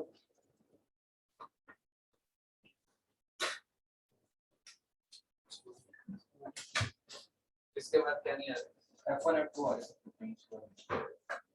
उसके बाद मैथमेटिक्स यूज करो, F1 F2 की वैल्यू आ गई तो मैथमेटिक्स यूज करके आप F3 वैल्यू मतलब दोनों का इंडिविजुअल वैल्यू को निकाल सकते हैं। आंसर ठीक है 5 and 3 15 वो ऑप्शन से पता चल जाएगा, बट मैथमेटिक्स यूज करके आप निकाल नहीं सकते हो। 3 और 4 भी हो सकता है, 1 and 12 भी हो सकता है। 3 and 4 तो 15 और 12 हो गया ना। 5 and 3 and 5 3 and 5 हाँ तो 3 and 5 15 आना। वो मल्टीपल क्यों निकालना? मल्टीपल निकाल के ये काम तुम्हें देखो। सबसे पहली बात तो आपको क्वेश्चन में ये गिवन है, तो सिंपल है कि 2 वर्सेस 60 डिग्री, ठीक है। तो रिजल्टेंट वैल्यू कितना था 7 मतलब 49, ठीक है। f1 plus f1 square plus f2 square plus 2 f1 f2 cos 60। तो cos 60 को इस 2 से कैंसिल आउट कर देते हैं डायरेक्टली, है ना। ये चीज तो यहाँ से रिजल्टिंग वैल्यू आपके पास जो बचेगी 49 f1 का स्क्वायर प्लस f2 का स्क्वायर प्लस f1 f2। ये चीज सेकंड जो केस हमें गिवन है उसमें आपको ये है कि 90 डिग्री, तो f1 का स्क्वायर प्लस f2 का स्क्वायर, क्योंकि cos 90 0 हो जाएगा तो f1 प्लस f2 का स्क्वायर इक्वल्स टू कितना है √34, मतलब 34 इसका वैल्यू है। इस वैल्यू को डायरेक्टली यहाँ पे हम यूज कर सकते हैं, ठीक है। 49 34 प्लस f1 f2 कितना सॉल्व करके कितना आता है 15, है ना। यहाँ तक वैल्यू आएगी एंड ऑप्शंस आपको ये 5.3 मिल भी जाएगा एंड होगा भी, मैक्सिमम चांसेस यही होगा कि एक ही ऑप्शन बस। बट कैसे सॉल्व कर सकते हैं इंटीजर वैल्यू, तो उसके लिए आप क्या करोगे f1 प्लस f2 का होल स्क्वायर, f1 का स्क्वायर प्लस f2 का square and plus 2 f1 f2। सबका वैल्यू पता है, इसका वैल्यू भी पता है एंड प्रोडक्ट का वैल्यू भी पता है, तो इसका वैल्यू आ जाएगा, ठीक है। सिमिलर वे में आप दूसरा ये यूज करो, दो इक्वेशंस बनेगी वहां से उसको साइमल्टेनियसली सॉल्व करो, देन इंडिविजुअल वैल्यूज आ जाएगी। बट इसकी जरूरत नहीं होगी अगर ऑप्शंस में आपको गिवन है, इस चीज का जरूरत पड़ेगा नहीं, बट ये चीज आपको क्लियर होनी चाहिए, ठीक। अच्छा इसको करके देखें तो क्या आ गई, इसका वैल्यू कितना था 34 प्लस कितना हो गई 15 into 2 30 30 प्लस 34 64, ये 64 आएगा वैल्यू और ये वैल्यू कितना है 34 माइनस 13, ये आएगा 4, ठीक है। मतलब यहाँ से अगर आपने सॉल्व किया तो अंडर रूट लोगे तो f1 प्लस f2 कितना हो जाएगा 8 होगा, और यहाँ से f1 माइनस f2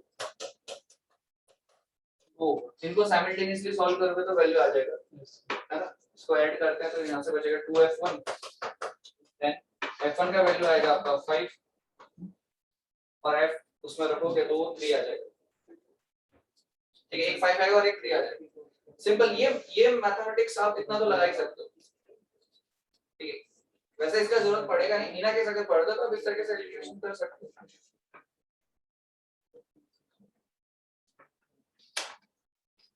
क्या हुआ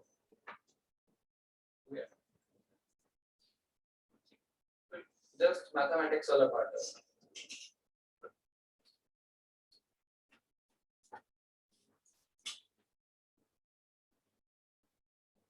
सारी वैल्यूज आपको पता है, ये वैल्यू आपको पता है, ये वैल्यू पता है, सब पता है।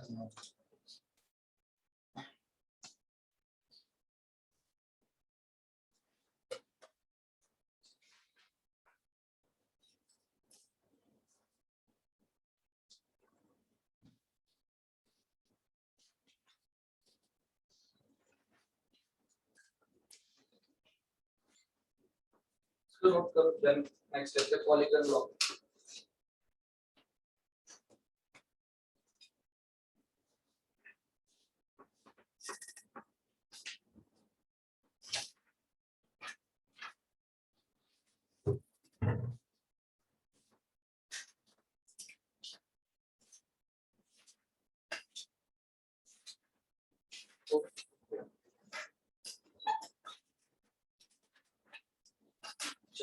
नेक्स्ट लिखना है इसके बाद पॉलीगॉन लॉ।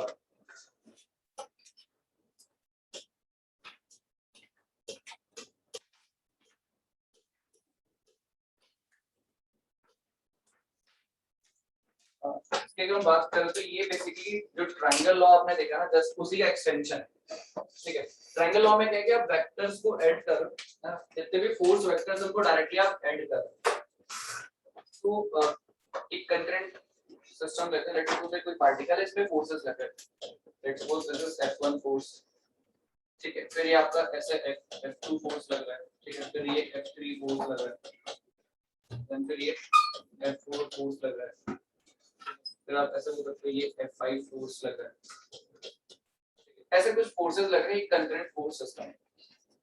अब मुझे इन सारे फोर्सेस को वेक्टर एडिशन करना है, तो क्या करते हैं, स्टार्टिंग से आप कोई भी फोर्स लो, लेट्स सपोज मैं F1 ले रहा हूं, तो F1 को मैंने सबसे पहले इसको प्लॉट कर दिया F1 जैसे। प्लॉट करने का तरीका क्या है, जो भी डायरेक्शन थी उसके अकॉर्डिंगली आप उसको प्लेस करो, एंड जितना मैग्नीट्यूड होगा उतना उसका लेंथ आएगा इसके लिए, ठीक है। तो F1 के बाद F2 है, F2 का डायरेक्शन आप देखते हो कुछ इस तरीके से, तो F2 will be like this, है ना, ये आपका जो F2 होगा it will be like this, ठीक है, F2 इस तरीके से बनेगा। फिर आप देखते हो F3, F3 को जस्ट इसके यहाँ पे ऐसे प्लेस करो, ठीक है, this is your F3, depending upon कि उनका मैग्नीट्यूड कितना है उस हिसाब से आपका लेंथ बनेगा। F4 जस्ट F4 का आप ऐसे प्लेस कर दो, ठीक है, फिर देन F5 इस तरीके से, लेट्स सपोज दिस, ये आपका बेसिकली कुछ एक डायग्राम बन रहा है। जैसे हमने ट्रायंगल लॉ में बोला था, क्लोजिंग साइड जो होगी वो हमेशा रिजल्टेंट को रिप्रेजेंट करेगी, बट कब, जब वो रिवर्स ऑर्डर हो, ठीक है, जब वो रिवर्स ऑर्डर हो, ठीक है, तो क्लोजिंग साइड जो है वो आपका रिजल्टेंट है, but in the reverse order. बाकी आप F1 F2 F3 F4 F5 सब एक ऑर्डर में, मतलब टेल हेड इस तरीके से ऑर्डर में। आपका एक देखो एक चीज बचेगा हमेशा ऑटोमेटिकली, अगर आपको चीज चेक करना है कि कोई रिजल्टेंट में है क्या, मतलब जिसका रिजल्टेंट 0 है या फिर किसी का रिजल्टेंट नॉट इक्वल्स टू 0, ये चीज चेक करना, आप क्या करो, कंकरेंट फोर्स सिस्टम किया ना, इसका वेक्टर डायग्राम बनाओ। अगर डायग्राम ऑटोमेटिकली क्लोज हो रहा है, इसका मतलब क्या होगा, इसका मतलब ये होगा कि रिजल्टेंट का वैल्यू ही नहीं है, रिजल्टेंट इज 0। अगर डायग्राम ऑटोमेटिकली खुद ब खुद क्लोज हो रहा है, बट अगर कहीं क्लोज नहीं हो रहा है तो उसको आप जो क्लोज करोगे वो आपका रिजल्टेंट होगा, बट उसका डायरेक्शन हम दिखाएंगे अपोजिट ऑर्डर। ये चीज कई बार ऐसे स्टेटमेंट लिखा है कि अगर आप एक कंकरेंट फोर्स सिस्टम है उसका आप वेक्टर डायग्राम बना रहे हो एंड वो डायग्राम ऑटोमेटिकली बाय डिफॉल्ट खुद ब खुद क्लोज हो रहा है, इट मींस कि वहां पे रिजल्टेंट वैल्यू इज 0, मतलब नेट फोर्स इज 0। ये रिजल्टेंट हम इसलिए बोल पा रहे हैं क्योंकि ये डायग्राम आपका क्लोज ही नहीं हो रहा है, ठीक है, आपका ये डायग्राम कोई क्लोज नहीं हो रहा है, ठीक है, आपका डायग्राम ये ऐसा है। अब इसको क्लोज करना है तो ये चीज, ये जो साइड जो क्लोजिंग साइड होती है इसको हम बोल देते हैं रिजल्टेंट, ठीक है। अब अगर डायग्राम खुद ही अपना ऑटोमेटिकली क्लोज हो रहा है, इट मींस वो क्या है, इक्विलिब्रियम में है, क्योंकि वहां पे नेट फोर्सेस नहीं है या रिजल्टेंट नहीं, ठीक है। तो वो कई बार ऐसे स्टेटमेंट आ जाता है, स्टेटमेंट आप ध्यान रखना ये चीज, ठीक है। तो यहाँ पे रिजल्टेंट आपका ये आ चुका है। अब वो वाला जो केस है मैं बोल रहा हूँ कि डायग्राम ऑटोमेटिकली क्लोज कैसे, देखो एक डायग्राम अगर हम कंसीडर करते हैं, ठीक है, लेट्स सपोज ये आपके पास एक P फोर्स है एंड एक ये Q फोर्स है एंड दिस इज R, ठीक है, इनके अपोजिट एंगल्स हम कंसीडर कर लेते हैं, let's suppose alpha beta and this is gamma, ठीक है। अब ये चीज है कि अगर बॉडी इक्विलिब्रियम में है तो डायग्राम क्लोज होगा, बाय डिफॉल्ट अपने आप क्लोज होगा, जब उसका वेक्टर एडिशन करके डायग्राम बनाओगे वो ऑटोमेटिकली क्लोज होगा, ठीक। इस केस में देखते हैं, अज्यूमिंग कि ये बॉडी इक्विलिब्रियम है, बॉडी मतलब ये जो पार्टिकल है इस पे P and Q are forces लग रहे हैं और ये इक्विलिब्रियम कंडीशन में। अब इसका वेक्टर डायग्राम बनाओगे तो वो कैसे बनेगा, लेट्स सपोज सबसे पहले ये P मैंने ड्रॉ किया, P के बाद Q, तो Q को जस्ट मैं यहाँ पे ड्रॉ कर रहा हूँ ऐसे, दिस इज Q। अब R को ड्रॉ करना है ना, तो R को जस्ट ऐसे प्लेस किया, ये चीज ऐसे आएगा R, this is P and Q R, ये ऑटोमेटिकली क्लोज होगा क्योंकि ये बॉडी, ये जो पार्टिकल है, दिस पार्टिकल जिसमें ये तीन फोर्सेस लग रहे हैं, ये इक्विलिब्रियम कंडीशन में। अगर इक्विलिब्रियम में होगा तो डायग्राम हमेशा ऑटोमेटिकली क्लोज। अब ऑटोमेटिकली क्लोज हो रहा है तो रिजल्टेंट का कोई मीनिंग नहीं है, मतलब रिजल्टेंट इज 0। एंड वो वाली चीज जो आप स्टडी में बोला था मैं आपको, लामिस थ्योरम, ठीक है। अच्छा सबसे पहले बताओ यहाँ का एंगल कितना होगा, इस एंगल को कितना लिखेंगे, हाँ क्या है एंगल, इस एंगल को क्या लिखेंगे, अल्फा गामा, दोबारा से देखो,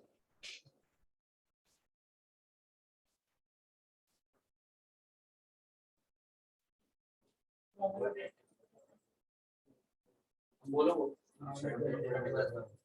180 minus gamma. Alpha beta gamma कहाँ दिख रहा है? अरे देखो ये वाली चीज, इस क्यू को आपने ऐसे प्लेस किया ना, ये ऐसा है, आपने इसको ऐसे प्लेस किया, ये एंगल क्या है? This is gamma, this remaining angle is what? 180 minus gamma. तो पहली बार देखने में नहीं दिखता, ये तो इसलिए बना के चेक कर लेना चाहिए। अब हैबिट मोस्टली ऐसी रहती है कि हम सिर्फ देख कर ही पता लगा देते हैं ये इसका आंसर अल्फा है बीटा गामा, ठीक है। उसका वाला एंगल कितना होगा? ये वाला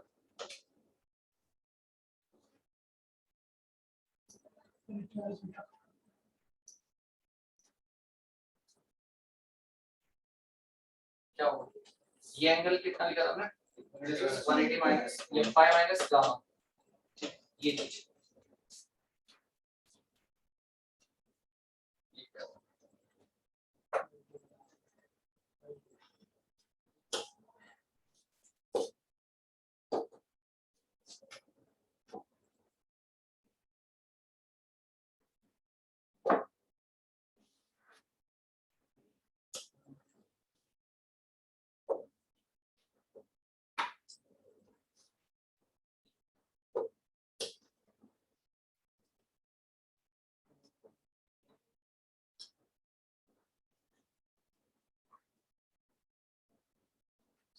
हाँ ये चीज। तो ये तो 180 माइनस गामा हो गया था। ये जो है दिस एंगल, ये एंगल कितना हो जाएगा? इसको क्या लिखेंगे? 180 माइनस बीटा, और इसको क्या लिखेंगे? 180 माइनस अल्फा, ठीक है। ये चीज, तो ये ट्रायंगल है, ट्रायंगल में आप साइन रूल लगा सकते हो। साइन रूल लगाओगे तो क्या लिखोगे? अगर आप साइन रूल लगा रहे हो तो क्या लिखोगे? p divided by sin pi minus alpha, and ये q sin pi minus beta, तो क्या पोजीशन क्या है? बीटा, पाई माइनस बीटा, और ये हो जाएगा r divided by sin pi minus gamma. sin 180 minus theta is what? sin theta, है ना? तो वो चीज, इसका जो फॉर्मूला निकल के आ रहा है ना, ये p divided by sin alpha, इसको हम ऐसे लिख लेते हैं डायरेक्टली, वो यहां से आता है sin थीटा, r क्या हो जाएगा? sin, ये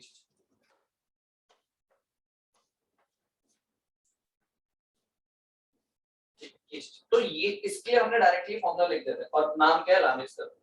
बट अच्छा, लामिस थ्योरम जब भी अगर आप, जैसे ये केस है लामिस थ्योरम ये अप्लाई करना है, तो कंडीशन क्या होगी?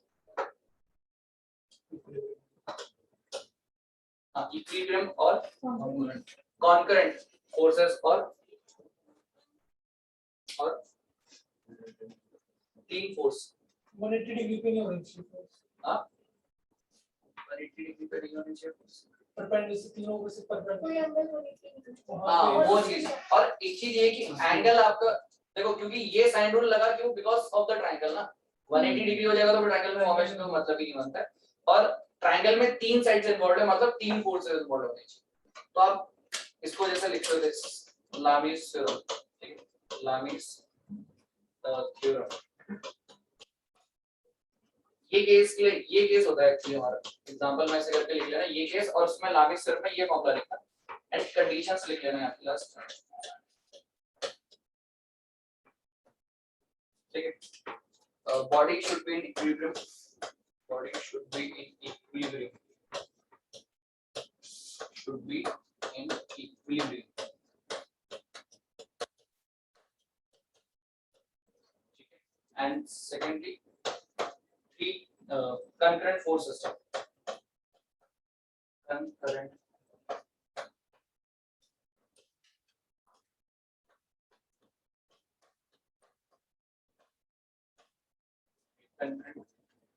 force, जैसे three forces,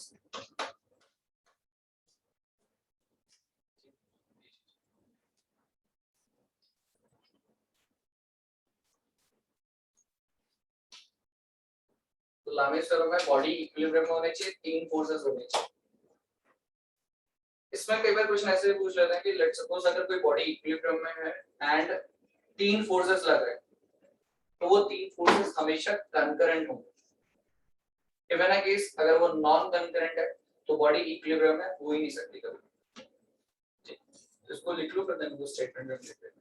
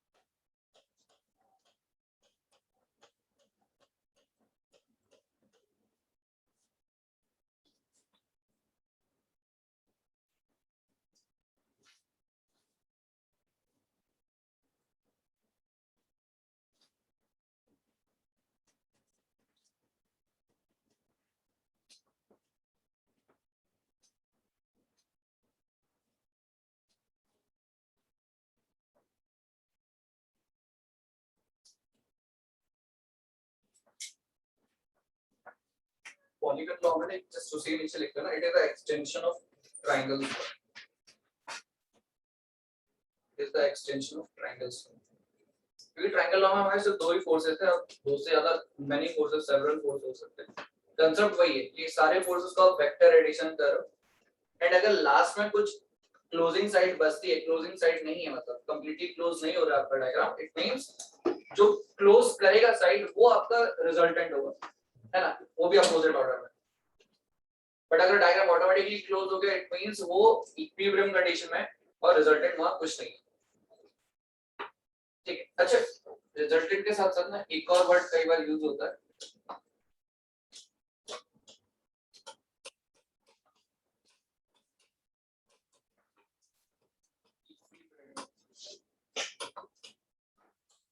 ये क्या होता है?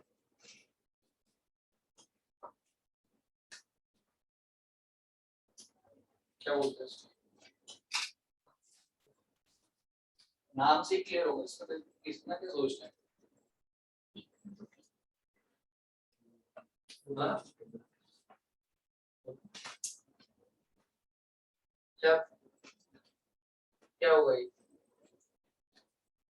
Equilibrium, resultant equilibrium, resultant equilibrium, इसका मीनिंग क्या हो जो आपने बोला? रिजल्टेंट इक्विलिब्रियम में मतलब वही तो पूछा, इसका मतलब है रिजल्टेंट इक्विलिब्रियम। जो चीज इक्विलिब्रियम है उसे कहते हैं, मतलब वो चीज मतलब या कोई एक ऐसी चीज जो सिस्टम को इक्विलिब्रियम में लेकर आ रही है। ठीक है, मतलब एक चीज है ये वाला जो हमने केस पढ़ा था पॉलीगन लॉ में, कि आपने बोला कि क्लोजिंग साइड आपका रिजल्टेंट है अपोजिट ऑर्डर में, बट ठीक है ये रिजल्टेंट वैल्यू होगा, बट अगर आप सिस्टम में इसकी इक्वल एंड अपोजिट फोर्स लगा दो कुछ, लेट्स सपोज उसको आप बोल रहे हो नाम P कुछ, तो सिस्टम किस में आ जाएगा, इक्विलिब्रियम कंडीशन में। एग्जैक्टली तो कोई भी फोर्स, एक ऐसा फोर्स जो सिस्टम को इक्विलिब्रियम कंडीशन में लेकर आ रहा है, वो इक्विवेलेंट है। एंड कॉमन सेंस से आप ये चीज बोल सकते हो, इसकी वैल्यू किसके बराबर होगी, रिजल्टेंट के बराबर होगी, but direction will be opposite, ये चीज है ना। तो इसमें आप ये लिख लेना, it is equal to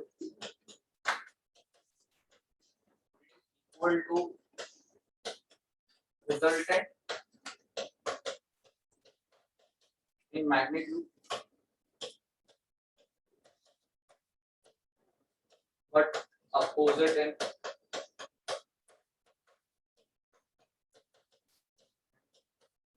direction.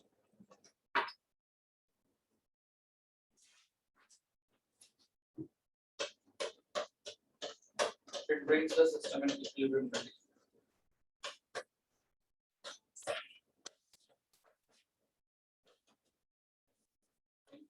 Equilibrium condition.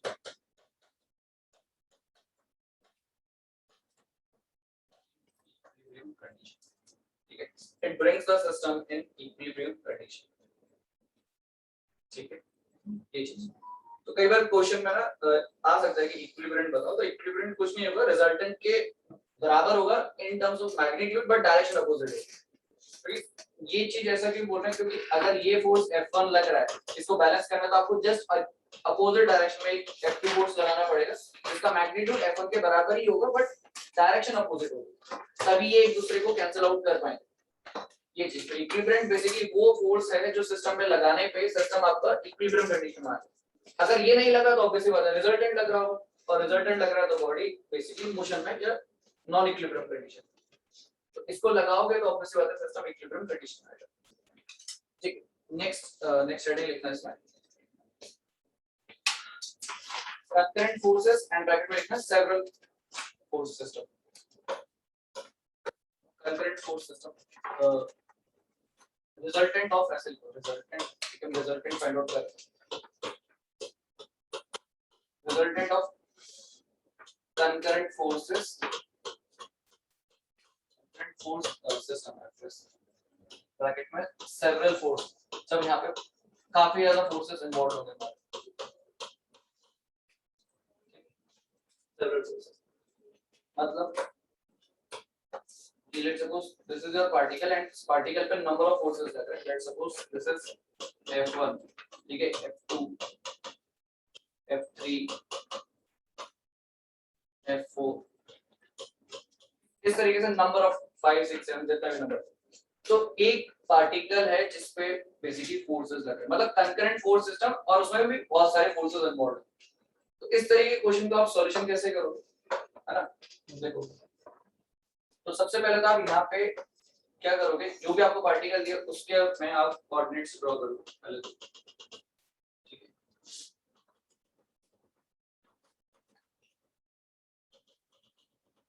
ठीक है, let's suppose this is x direction and this is y direction, ठीक है।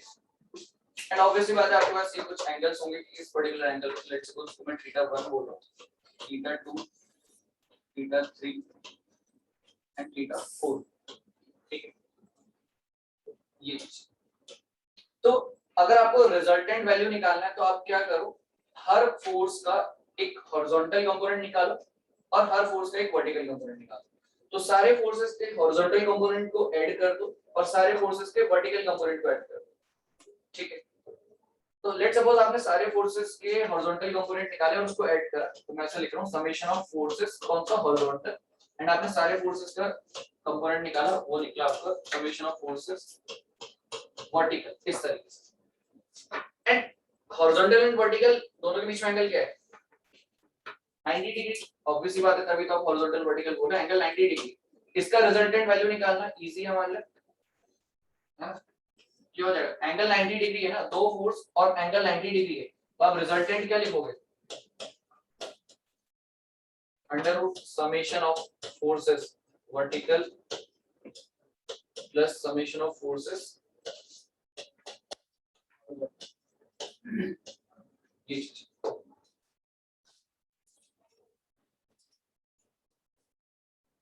तो आपने क्या करा, हर फोर्स के कंपोनेंट निकाले, हॉरिजॉन्टल डायरेक्शन में ऐड किया, वर्टिकल निकाला, ऐड किया, ठीक है। नाउ ऑब्वियसली बात है हॉरिजॉन्टल और वर्टिकल दोनों के बीच में एंगल 90। रिजल्टेंट का वही वाला formula f1 square plus f2 square plus 2f1 f2 cos theta. cos theta basically 90 degree है, वो टर्म कैंसिल आउट होगा, f1 प्लस f2 स्क्वायर बचता है। जब भी दो फोर्स हमारे 90 डिग्री पे होते हैं तो आप क्या करते हो, f1 plus f2 square and under root, वो चीज। तो ये रिजल्टेंट हमारा इस तरीके से आ जाएगा, ठीक है। बाकी आपको फोर्सेस लिखना है तो आप इजीली लिख सकते हो ना, समेशन ऑफ फोर्सेस हॉरिजॉन्टल। तो यहाँ पे क्या लिखोगे, क्या क्या आएगा, f1 cos थीटा 1 आगे plus f2 cos theta 2 minus f3 cos theta 3। हाँ ये सकते हैं बिकॉज़ ये नेगेटिव डायरेक्शन में इसलिए लिख रहे हैं क्योंकि इसका opposite direction f1 and f2 के जो कंपोनेंट्स बनेंगे वो टुवर्ड्स पॉजिटिव x बन रहे हैं, f3 का कंपोनेंट बनेगा टुवर्ड्स नेगेटिव x, ठीक है। सिमिलर वे में f4 का कंपोनेंट बनेगा टुवर्ड्स नेगेटिव x। तो उस हिसाब से आपको वैल्यूज भी कंसीडर करनी है। f3 हो जाएगा आपका ये cos थीटा 3 और सिमिलर वे में f4 cos थीटा 4। अच्छा यहाँ पे ना फाइनली, अच्छा मुझे कैसे पता चलेगा रिजल्टेंट कौन से क्वाड्रेंट में होगा, मतलब ये मेरे पास एक फोर्स सिस्टम है, रिजल्टेंट जो मैं बोल रहा हूँ रिजल्टेंट का जो वैल्यू होगा बेसिकली वो यहाँ पे भी हो सकता है, यहाँ पे भी हो सकता है, यहाँ पे भी हो सकता है, यहाँ पे भी हो सकता है। मुझे कैसे पता चलेगा वो वैल्यू, कैसे हमें पता चलेगा कौन से क्वाड्रेंट में, वो तो मैंने जस्ट ऐसे बना दिया सिंपल था। बट रिजल्टेंट कहीं ना कहीं किसी क्वाड्रेंट में तो लाई करेगा, वो कौन डिसाइड करने वाला है, हाँ साइन बेसिकली, इसके साइंस मतलब आपने ये जैसे सिमिलर वे में आपने हॉरिजॉन्टल लिखा, सिमिलर वे में आपने वर्टिकल लिख लिया। वर्टिकल लिखोगे तो क्या क्या आने वाला है,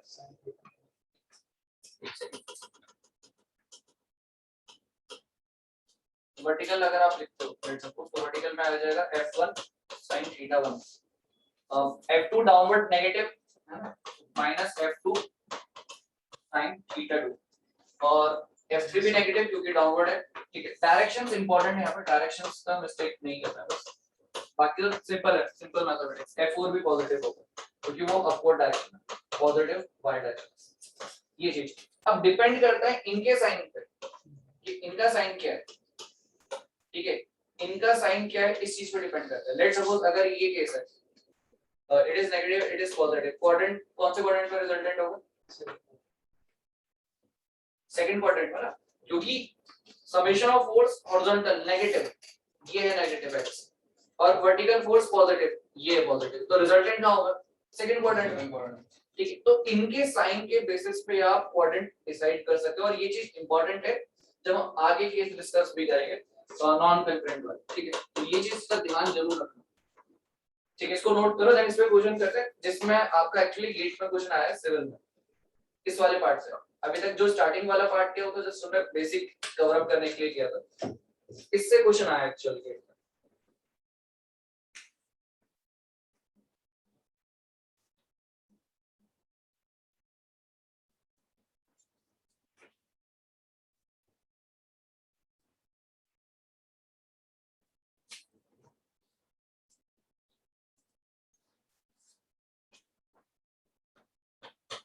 लिख सकते हो साइन ऑफ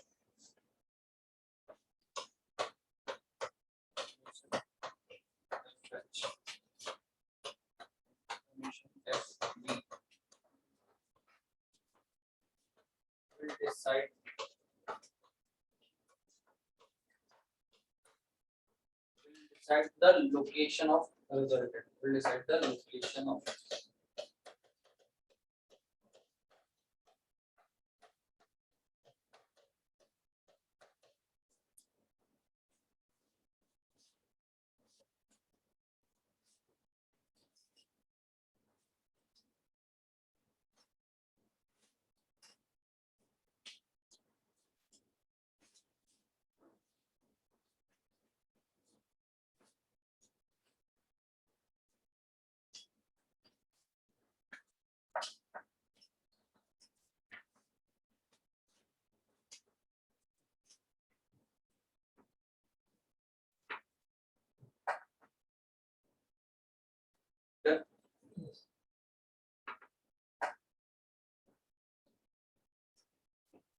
क्योंकि इंपॉर्टेंट है, क्योंकि कई बार क्या होगा रिजल्टेंट का लोकेशन आपसे पूछा जा सकता है डायरेक्टली कि रिजल्टेंट का लोकेशन बताओ।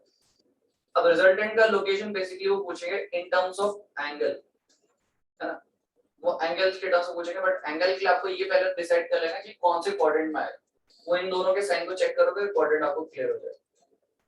ठीक है, तो नेक्स्ट एक क्वेश्चन लिखो।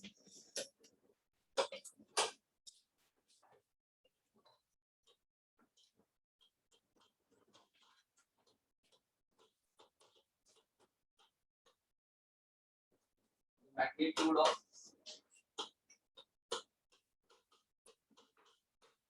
वेक्टर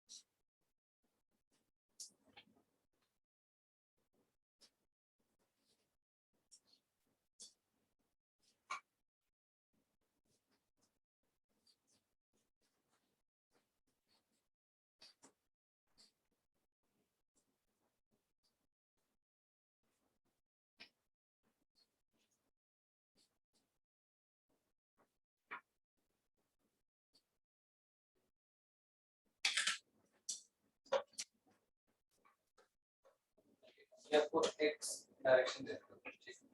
क्वेश्चन में सिर्फ ये चीज मेंशन है डायग्राम में, the resultant vector will be and options available.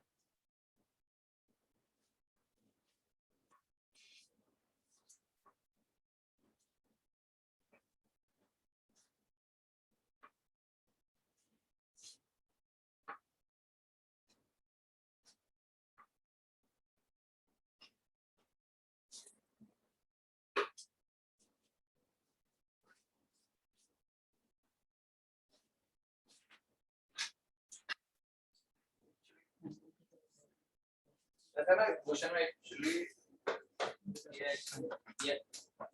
ये नहीं गिवन था जैसा 15 ही रहेगा बट एक्चुअली क्वेश्चन है चेंज इस तरीके से दिया था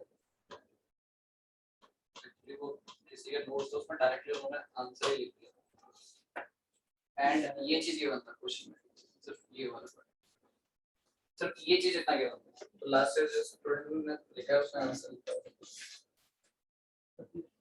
हाँ 15 रहेगा वो बट एक्चुअली क्वेश्चन में ये गिवन था डाटा अब ये डाटा गिवन है तो आप यहाँ से ये चीज इजीली जज कर सकते हो कि ये 60 है ये 45 है मुझे पता है remaining angle will be what 30 degree है ना टोटल 90 होगा रिमेनिंग 30 ये एंगल कितना बचेगा फिर 15 डिग्री बचेगा अब कॉमन सेंस ये 15 डिग्री है और आपको दे रखा है Q and R basically 90 degree ये चीज गिवन है ये 15 है तो ये एंगल कितना होना चाहिए अच्छा ये 15 है तो ये एंगल कितना होगा ये एंगल कितना है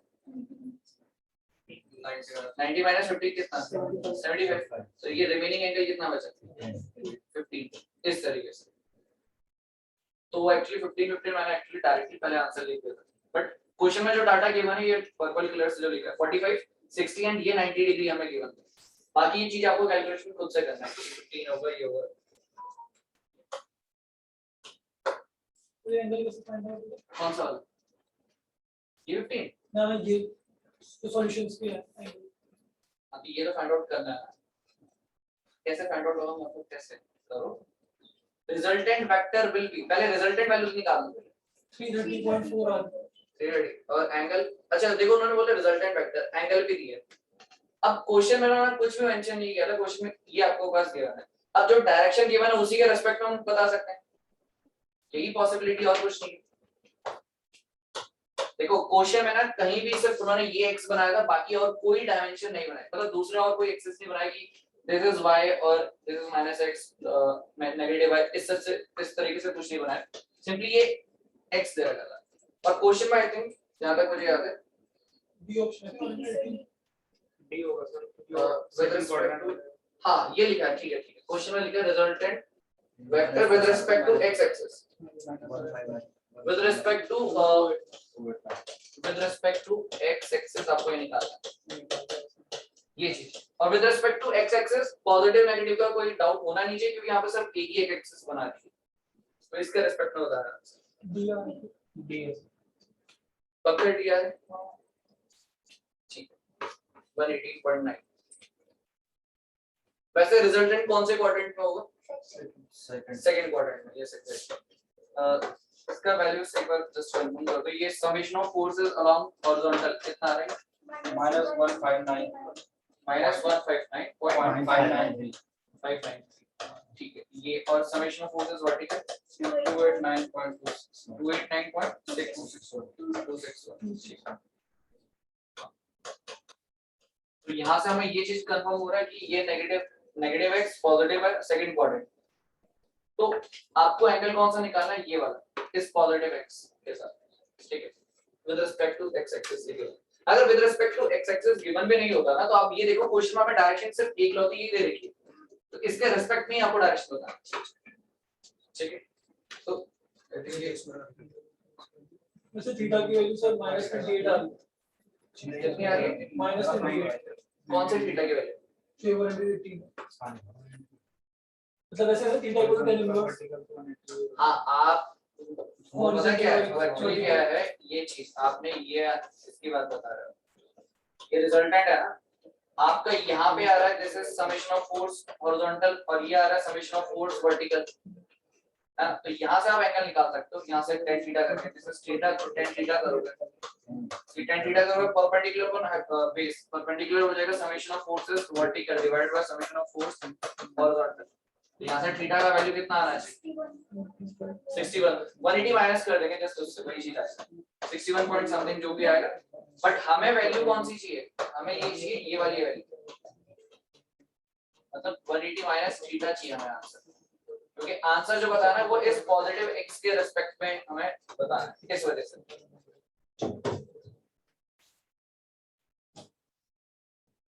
क्या हुआ आ गया सर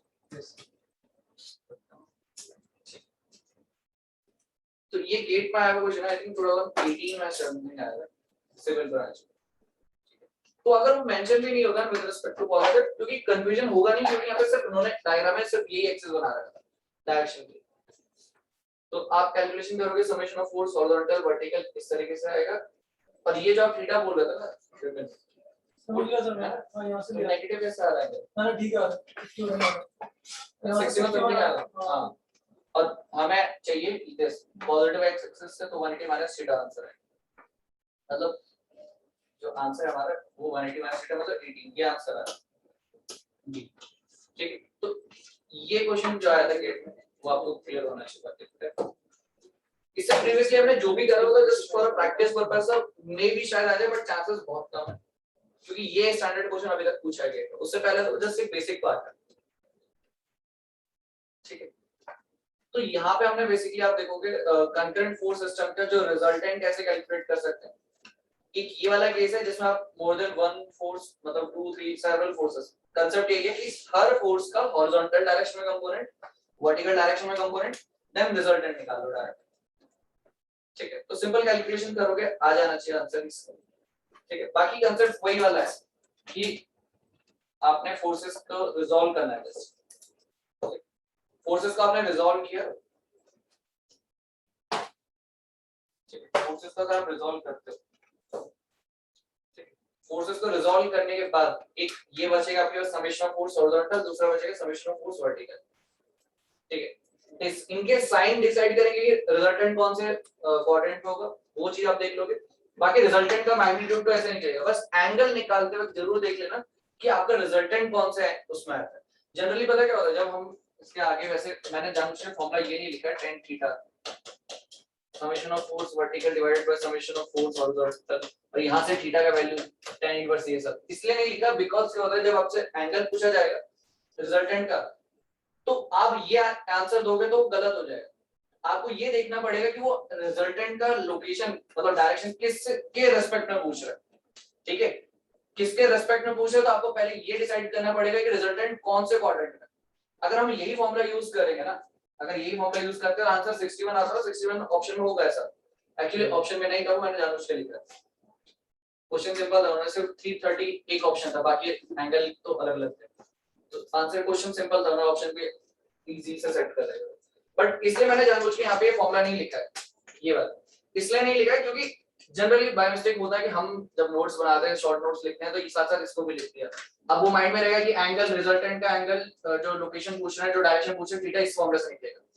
ये फॉर्मूला हमें याद नहीं करना, हमें तो सबसे पहले ये डिसाइड करना है कि रिजल्टेंट कौन से क्वाड्रेंट में किधर आ रहा है, इधर सेकंड में आ रहा है, थर्ड फोर्थ किस में आ रहा है। एक बार वो आपने डिसाइड कर लिया ना, उसके बाद तो आप एंगल ट्रिग्नोमेट्री से निकाल सकते हो ना, तो अननेसेसरी फॉर्मूला लिखने की जरूरत नहीं। ठीक है, तो ट्रिग्नोमेट्री लगानी। अब आपका जो रिजल्टेंट है लेट्स सपोज यहाँ पे आता है, अब मैं ट्रिग्नोमेट्री लगा के निकाल सकता हूँ, ये एंगल निकालो। अब ये एंगल निकाल गया, चाहे मुझे कोई इसके रिस्पेक्ट में एंगल इसका लोकेशन पूछे, कोई आपका इसके रिस्पेक्ट में पूछे लोकेशन, वो मैं सब बता दूंगा।